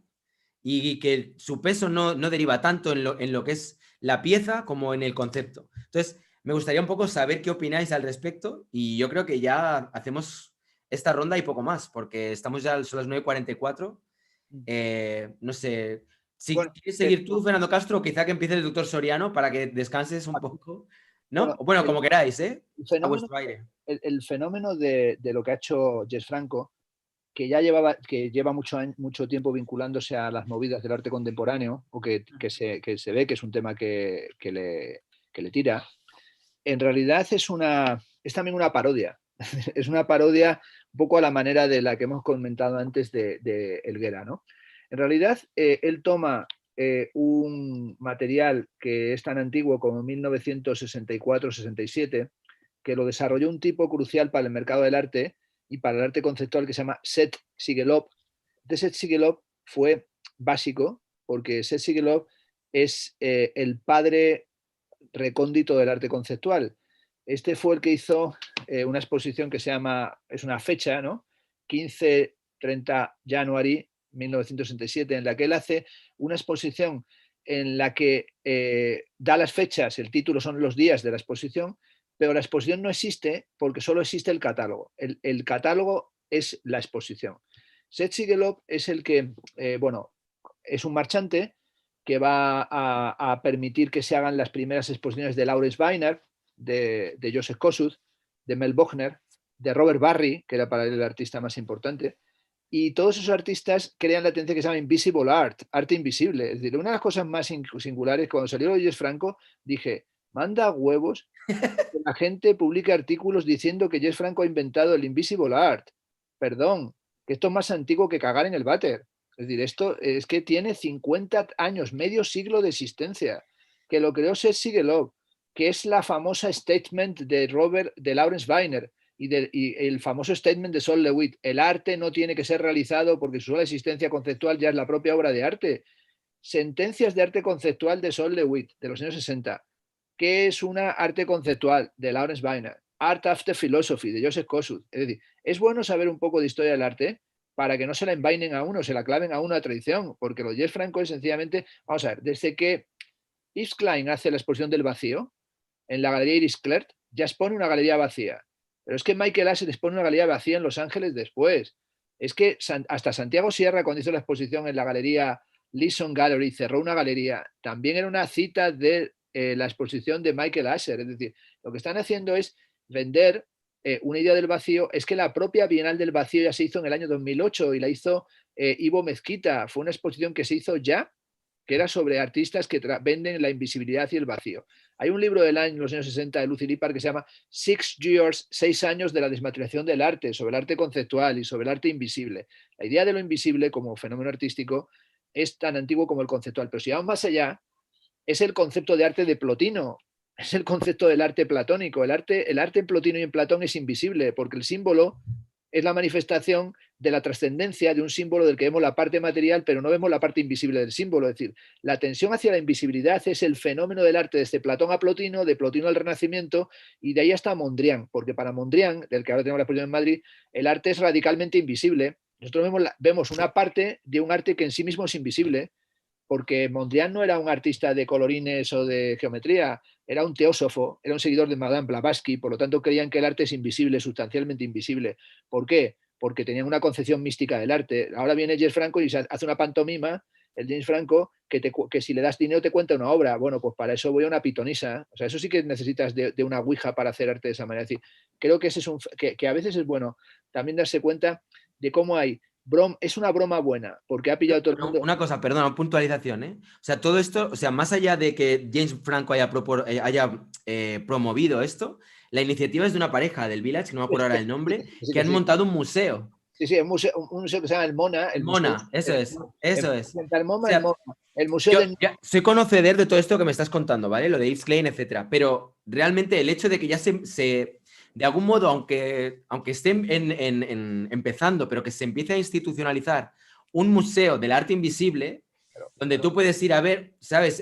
Las piezas y ves simplemente la etiqueta y que dejas que el propio espectador se lo imagine, etcétera. Creo que es muy parecido a lo que estás comentando, pero creo que, o sea, tiene otro cuerpo también. Aunque las bases teóricas puedan ser similares.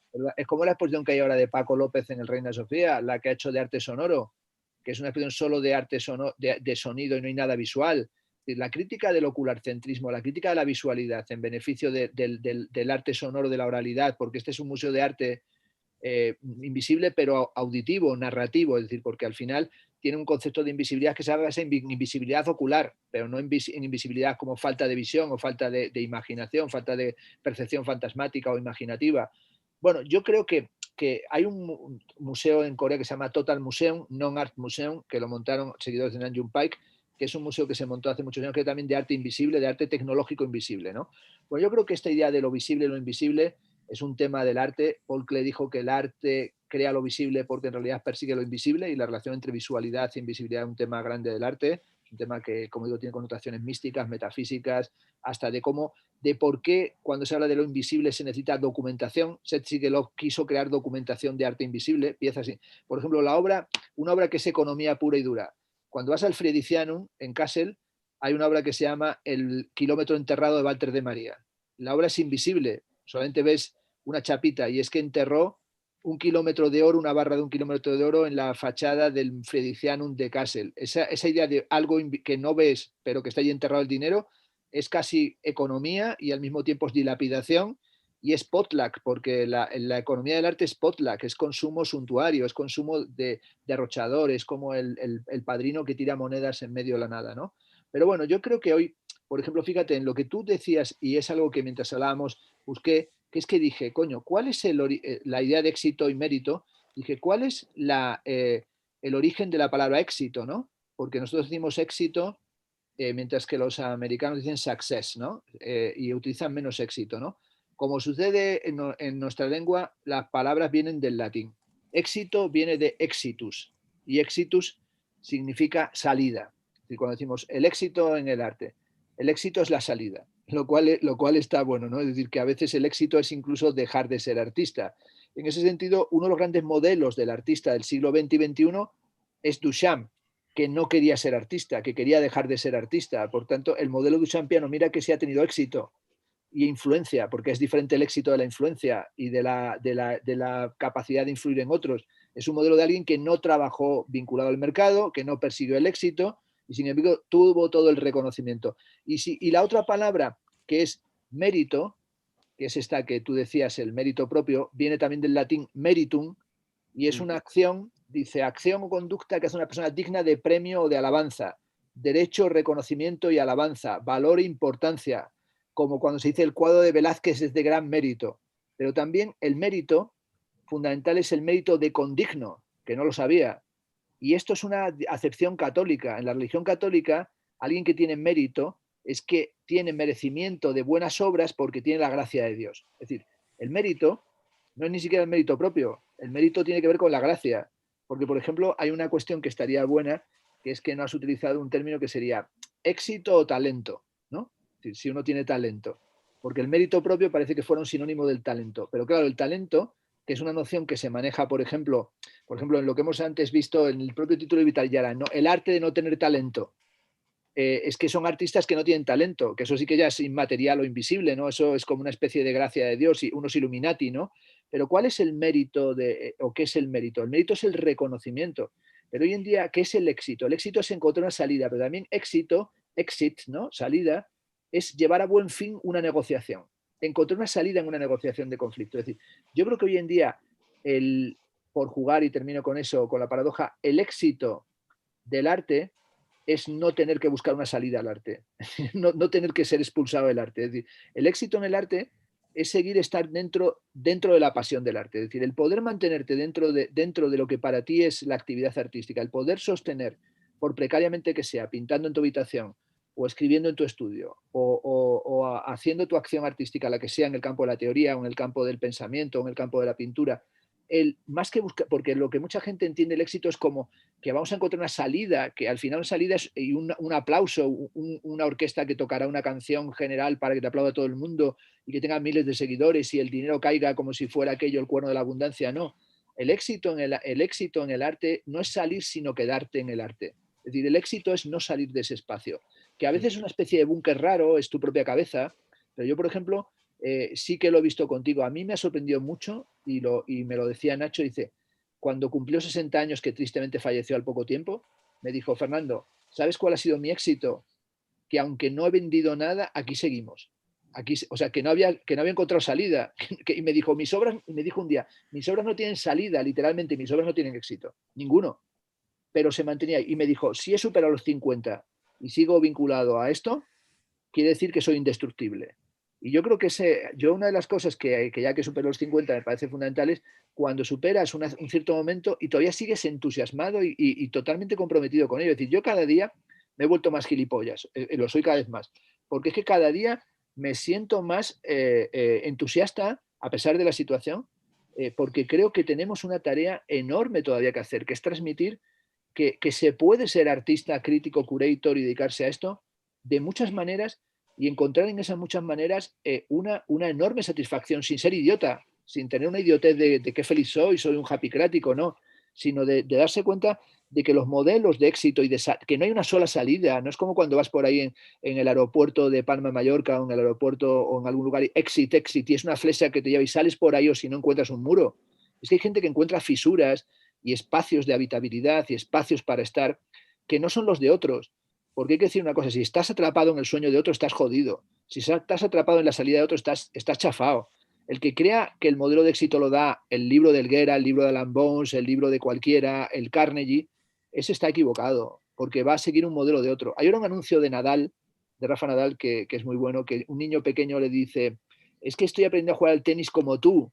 Y le dice, no cojas la raqueta como yo, no hagas mis movimientos, no hagas lo mismo que yo, no entrenes como yo entrené, porque tú tienes que encontrar tu propio camino. Y yo creo que eso es cierto, cada uno tiene que encontrar su sitio.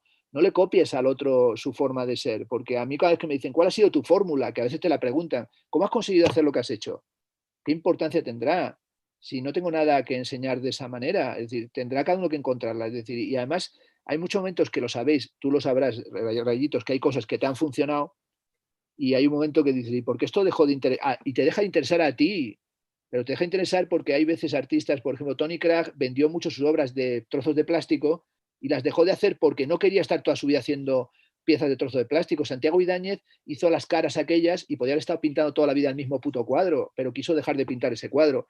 Esa decisión es muy importante. Cuando a un artista le va bien con una pieza y de repente dice, se ha acabado de hacer estas piezas, porque te tiras como un artista tiene que evitar ser un burócrata. Hay muchos artistas, y lo diré, que son unos miserables burócratas que repiten la fórmula hasta el infinito y más allá.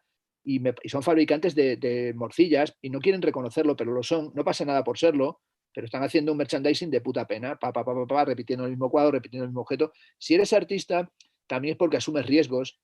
El famoso Yves Klein hizo el salto al vacío, era un fake, pero es que eso hay que hacerlo. Es decir, hay que intentar a veces cambiar el chip y cambiar de registro, porque si no es un muermo total, ¿no? Entonces, desafiarse a sí mismo es importante y yo creo que, por tanto, buscar evitar el éxito dado, las condiciones del éxito, el camino cerrado, es fundamental. Yo, por lo menos, me dirá alguien que para mí es fácil porque ya es más la trayectoria hacia atrás que la que queda hacia adelante o que hay más hacia atrás que hacia adelante. Pero sí quiero pensar que el éxito, como creas que te lo van a dar o que creas que es un camino que viene prefigurado, es un error. Porque la cantidad de azares y de cosas que van surgiendo, ¿se podía imaginar Rafael cuando estaba estudiando Historia del Arte que haría todo esto que está haciendo ahora en su vida de vídeos en YouTube? ¿Se podía imaginar alguien que estaba estudiando pintura como Soriano en México que estaría desarrollando su pasión a través de estos conductos también? No, pero incluso diré una cosa más, no hay que darle mucha importancia a lo que estamos haciendo ahora, porque como se la demos, vamos a coger una trombosis y vamos a fallecer peor que Maradona, nos va a dar un pasmo pero inmediato, en el sentido de que se te van a poner las venas como palos y no te va a fluir sangre por ellas. Por tanto, hay un momento en el que viene la esclerosis mental y la esclerosis profesional y creativa porque te has creído algo. Hay gente que hace una cosa y creyó que encontró la piedra filosofal. Por tanto, yo soy muy descreído de la universidad, en la que soy un apasionado profesor, del sistema del arte, que lo conozco y también descreo mucho de él, pero porque no quiero convertirlo en un pedestal gigantesco. Y también de la red, lo dije ayer, o sea, yo no creo, no tenemos que convertir esto en la sensación de que aquí se cuece todo y aquí se hace todo. Hay mundo más allá de la red, hay mundo más allá de la influencia de la red, hay mundo más allá de los likes, hay mundo más allá de los canales del algoritmo. Y si no lo hay, lo tiene que haber. Hay que buscar, ahí sí que hay que buscar un éxito, una salida, hay que encontrar una salida a esos modelos, porque hay un momento que te das cuenta que estás en una cárcel y por tanto hay que escapar de ella. ¿Quién va? ¿Soriano? ¿O voy yo? Venga, como ves, dale, Soriano, dale. Sí, sí. Yo voy pues después. jugando con esto que está mencionado Castro de la etimología de las palabras, yo creo que no hay que olvidar también que pues talento viene de talandon, que se refiere a este platito de la balanza donde se ponían las monedas. O sea, de hecho, incluso en su propia etimología, talento tiene que ver con el dinero. O sea, creo que eso es algo que no podemos negar. Hay una relación estricta entre arte y dinero que ha cambiado mucho porque también es un error pensar que siempre ha sido igual. Eso es bastante absurdo, pero sí, ha habido una relación. Decía Hughes, que ya se ha mencionado, que hay que considerar que en primera instancia para un artista tener dinero es mejor que no tener dinero. O sea, es evidente que el dinero te facilita las cosas. Yo creo que lo que se vuelve un riesgo es cuando se vuelve una prioridad. sea, siempre he comentado a mis alumnos que probablemente si lo que quieren es ser un artista rico, a lo mejor estudiar artes no es el camino adecuado, ¿saben? Porque tiene como su encantito que seas autodidacta, como que tienes más oportunidades de volverte leyenda desde el cliché. Pero por el otro lado, te digo, yo creo que tiene que ver con lo que uno está aspirando. Si tu objetivo es el dinero, probablemente tendrás más oportunidades siendo corredor de bolsa o algo así. La gente que se mete al arte para ser ricos, incluso con una premisa tan banal como esa, tiene que recorrer un camino. Y bueno, hace un momento decían esto de Murakami, le pueden quitar todo, pero no su legado. Pero no, a lo que yo me refería hace un momento de Murakami era que era alguien que había hermanado el dinero con la popularidad, que era muy conocido. Ya después escuché que quebró. Bueno, tampoco me extraña, porque algo muy peligroso es confundir el éxito con la moda.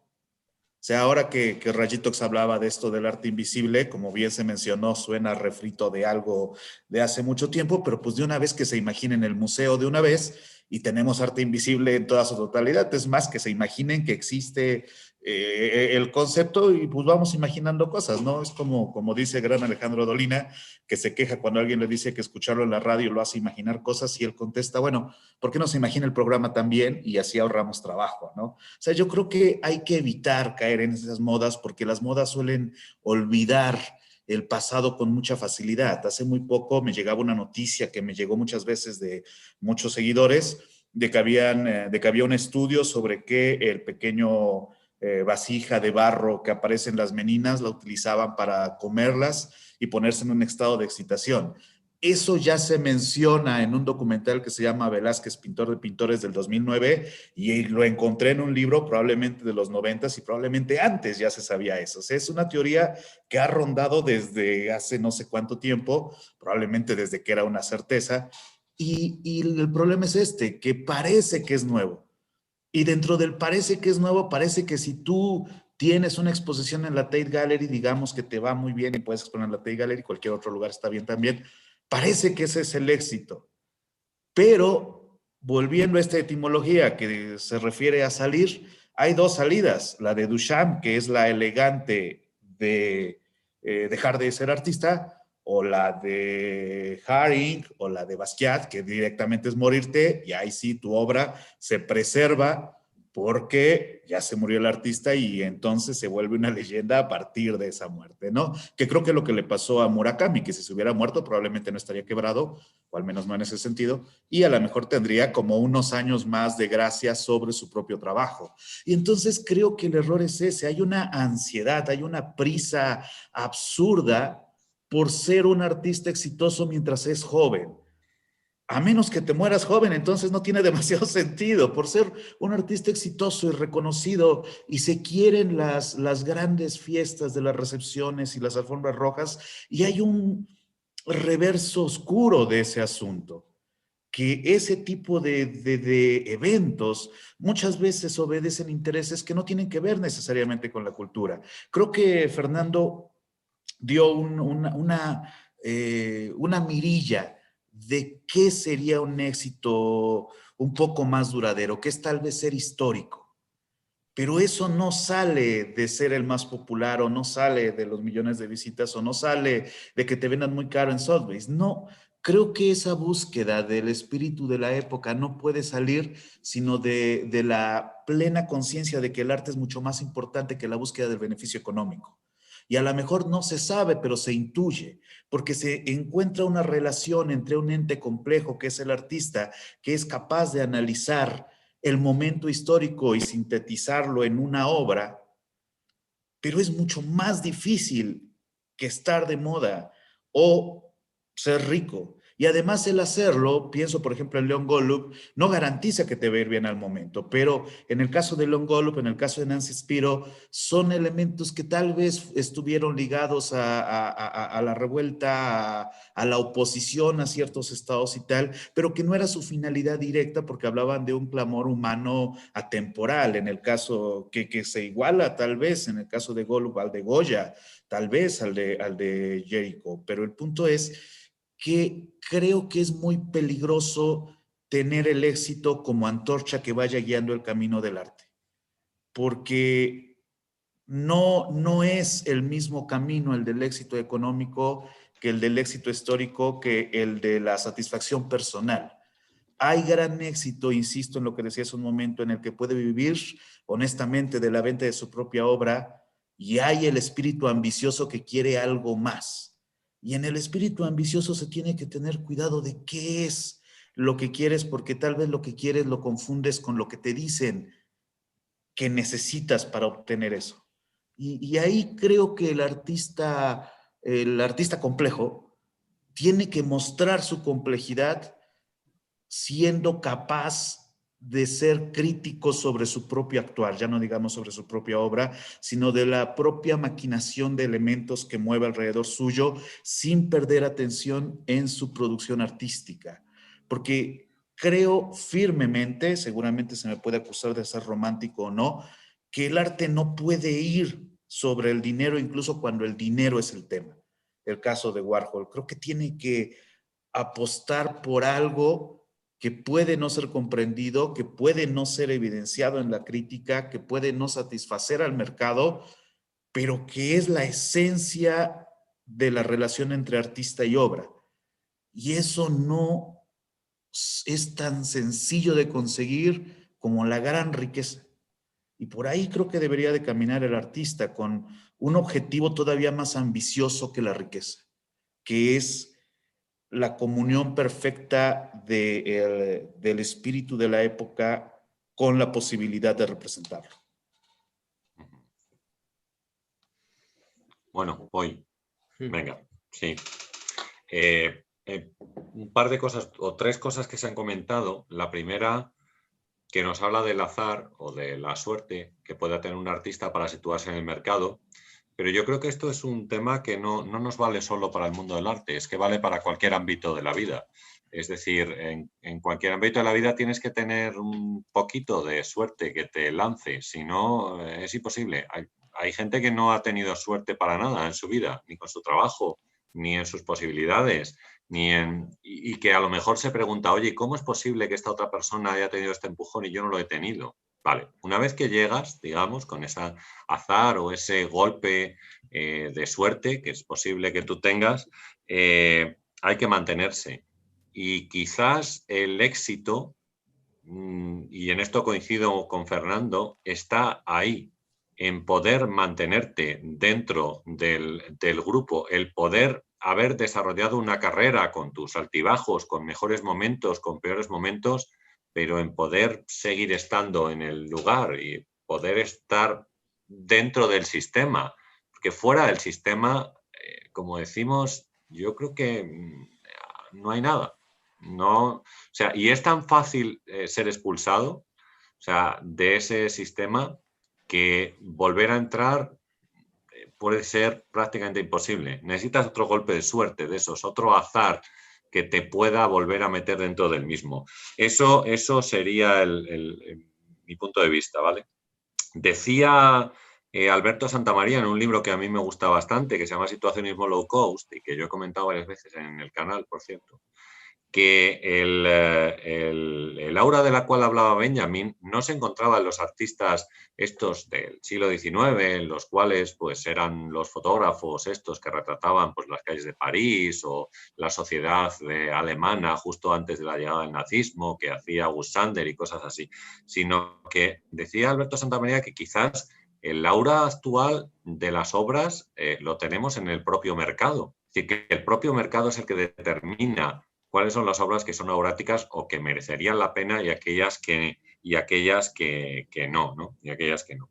Y luego me llama la atención también qué consideramos nosotros, qué es lo de tener éxito, qué significa tener éxito en la vida, cuando realmente te sientes satisfecho porque has triunfado. Lo mismo te sientes satisfecho con cosas que son muy pequeñas, ¿vale? No necesitas tener un montón de pasta y haber vendido miles de cuadros y poder producir puntos en serie para satisfacer la demanda de tus coleccionistas. sino que a lo mejor el éxito no depende solamente de eso y depende de otras cosas pequeñas, ¿no? El éxito a lo mejor está simplemente en mantenerse, ¿no?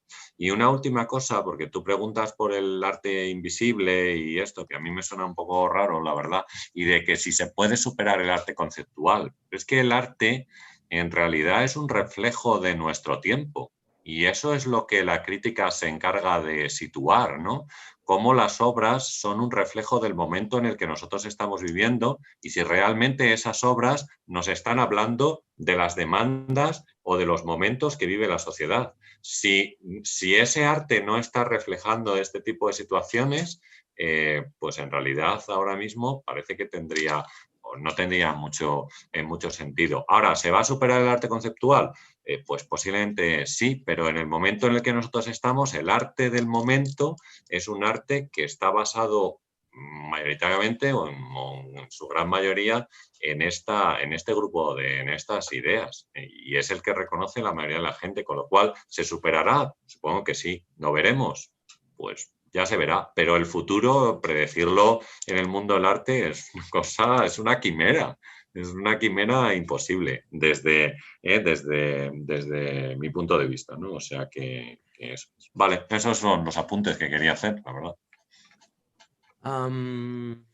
Bueno, la verdad es que al final de lo que era el tema del debate, que era artistas de éxito por mérito propio o por lo que lo quiere el mercado, creo que ha acabado todo redirigiéndose a la gran pregunta del millón, que es ¿qué es el éxito, no? Porque de algún modo u otro los tres habéis tocado ese tema, ¿no? ¿Qué es el éxito? ¿Cómo se mide el éxito? ¿No? Desde Castro, Soriano y tú también de algún modo. Y creo que es una muy buena pregunta, ¿no? Para toda la gente que nos esté viendo y que le guste el arte, ¿qué es lo que hace que se considere que un artista es de éxito? ¿Es el hecho de que se mantenga, como dice Castro, y que siga ahí en la rueda? ¿Es el dinero? O quizá a veces podría ser simplemente el hecho de ser capaz de romper una brecha dentro de lo que viene a ser el arte. Porque creo que hay un factor que aquí no se ha tenido muy en cuenta y es que yo distingo que hay como un tipo de artista que simplemente, como bien decía, creo que era, no sé si era Castro o Soriano, que son como más mercenarios y que acaban haciendo arte como churros, ¿no? Y que lo que quieren simplemente es vender. Y luego hay otro tipo de artistas que sí que entran como en esta especie de juego en el cual el gran reto es el ser capaces de innovar, ser capaces de aportar algo, de crear algo nuevo dentro de lo que es esta gran carrera, que es el mercado del arte y lo que es... Uy, no sé, por ahí me he oído ahí.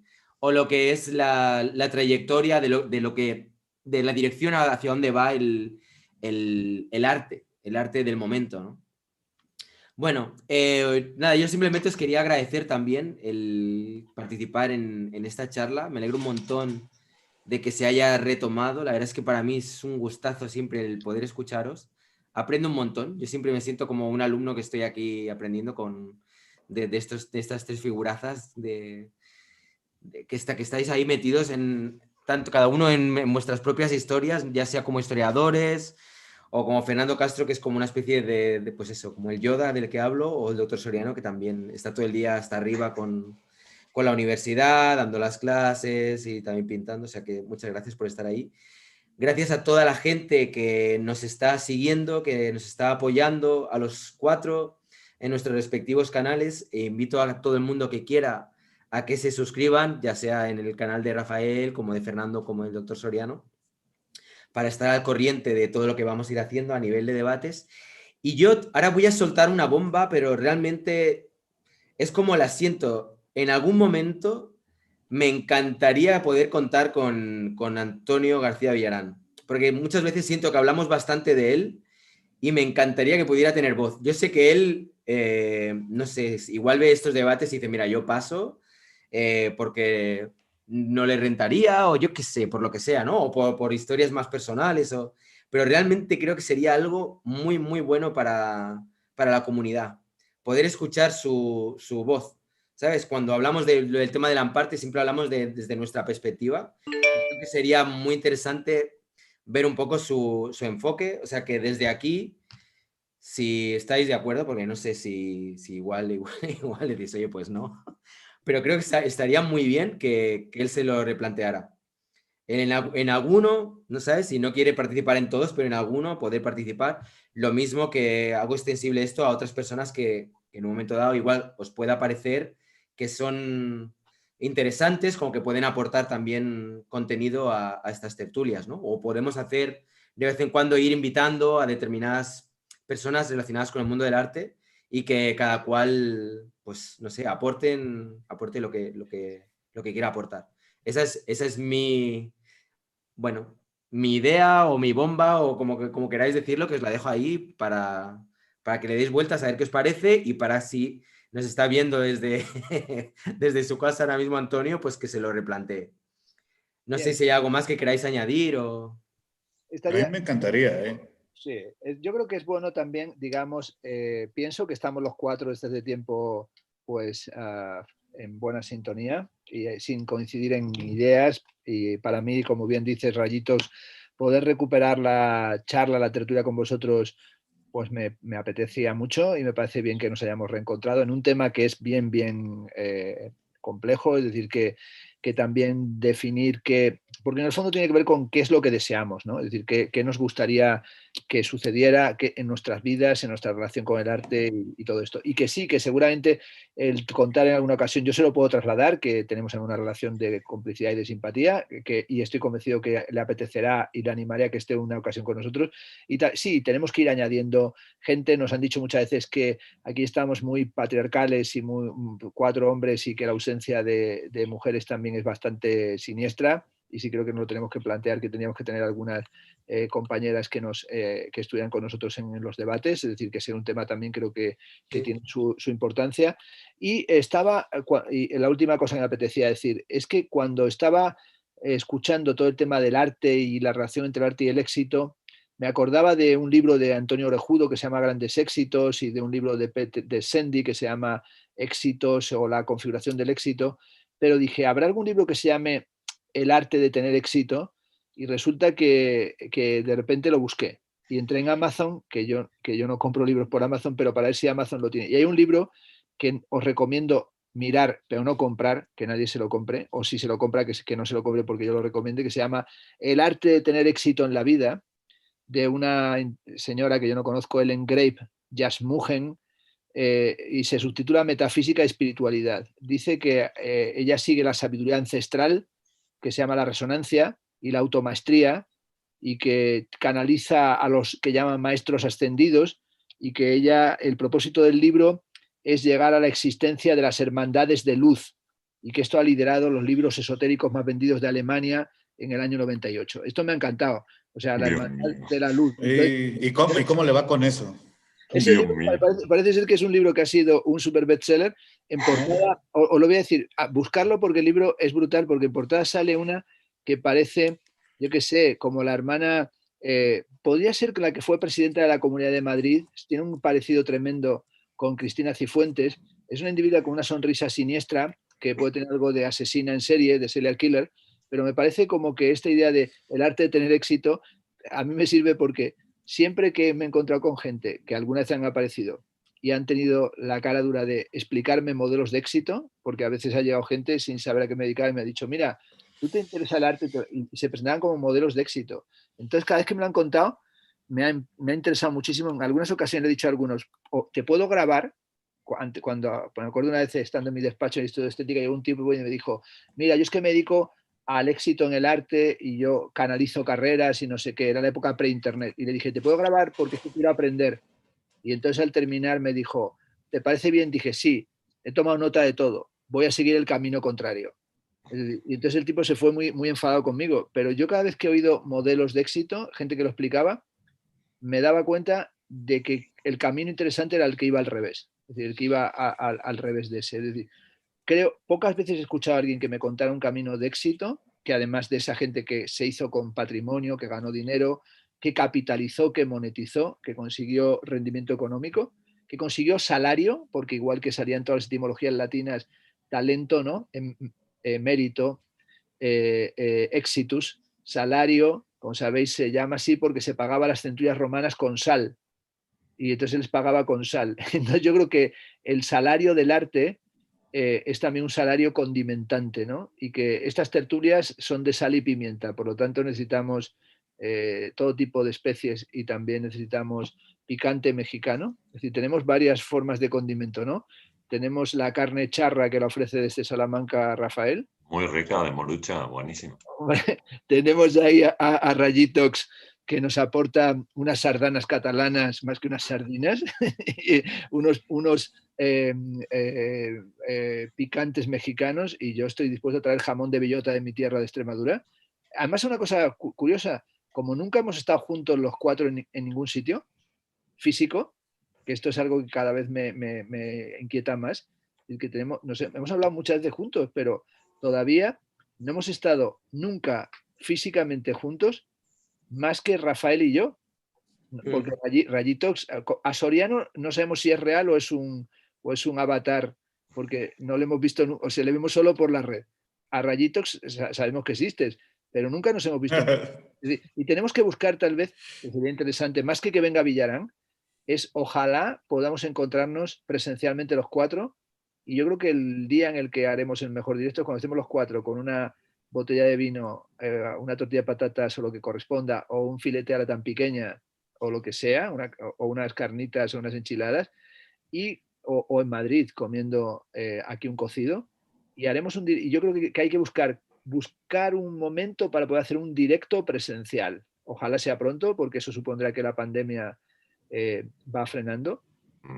Y como siempre, ojalá a nuestros seguidores, que lo dice siempre, eso que dice Soriano, ¿no? Manténgase extraordinarios. Yo creo que sería bueno que cierre Francisco, que lo hace muy bien. Manténgase extraordinarios, porque que la gente que nos sigue se cuide. Y ahora que estamos ahí viendo que llegan las vacunas, ojalá nos podamos cuidar. Supongo que ahí estamos todos, que no lo hemos dicho al empezar, con salud, ¿no? Pero sí creo que es importante pensar que hoy el éxito también es poder estar con salud, ¿no? Es decir, que es un éxito impresionante, ¿no? Es decir, poder seguir teniendo en esta situación entusiasmo, poder trabajar, poder subsistir. Ese es un exitazo de la de Jesucristo. Es decir, ese es un éxito muy, muy poderoso. Ahí está la clave del éxito, Fernando. Ahí está, ahí está. En lo que tú acabas de decir ahora mismo, está la clave del éxito. Más que en la pasta y el dinero y en la gloria eterna. Nada. Pues sí. Oye, pues si quieres, doctor Soriano, hacer tú la despedida, que te lo haces muy bien. Perfecto, perfecto. Pues bueno, esta es la nueva temporada de Mesas Redondas. Gracias, estamos hoy en el canal de Rayitox. Muchísimas gracias, Rayitox, por tomarte el trabajo de reunirnos de nuevo. Esperemos que lo hagas en Madrid, Barcelona, donde sea. Ustedes díganme, Rafael, siempre un gusto escuchar tus ideas, tu punto de vista. El señor Fernando Castro, ya saben, aquí decimos en México la crema de los tacos, como no. Y un servidor, el doctor Francisco Soriano Fernández, desde México en conversación directa hacia España. Les mando un abrazo, supongo que ellos también. Un saludo, manténganse extraordinarios y nos vemos muy pronto. Hasta luego a todos.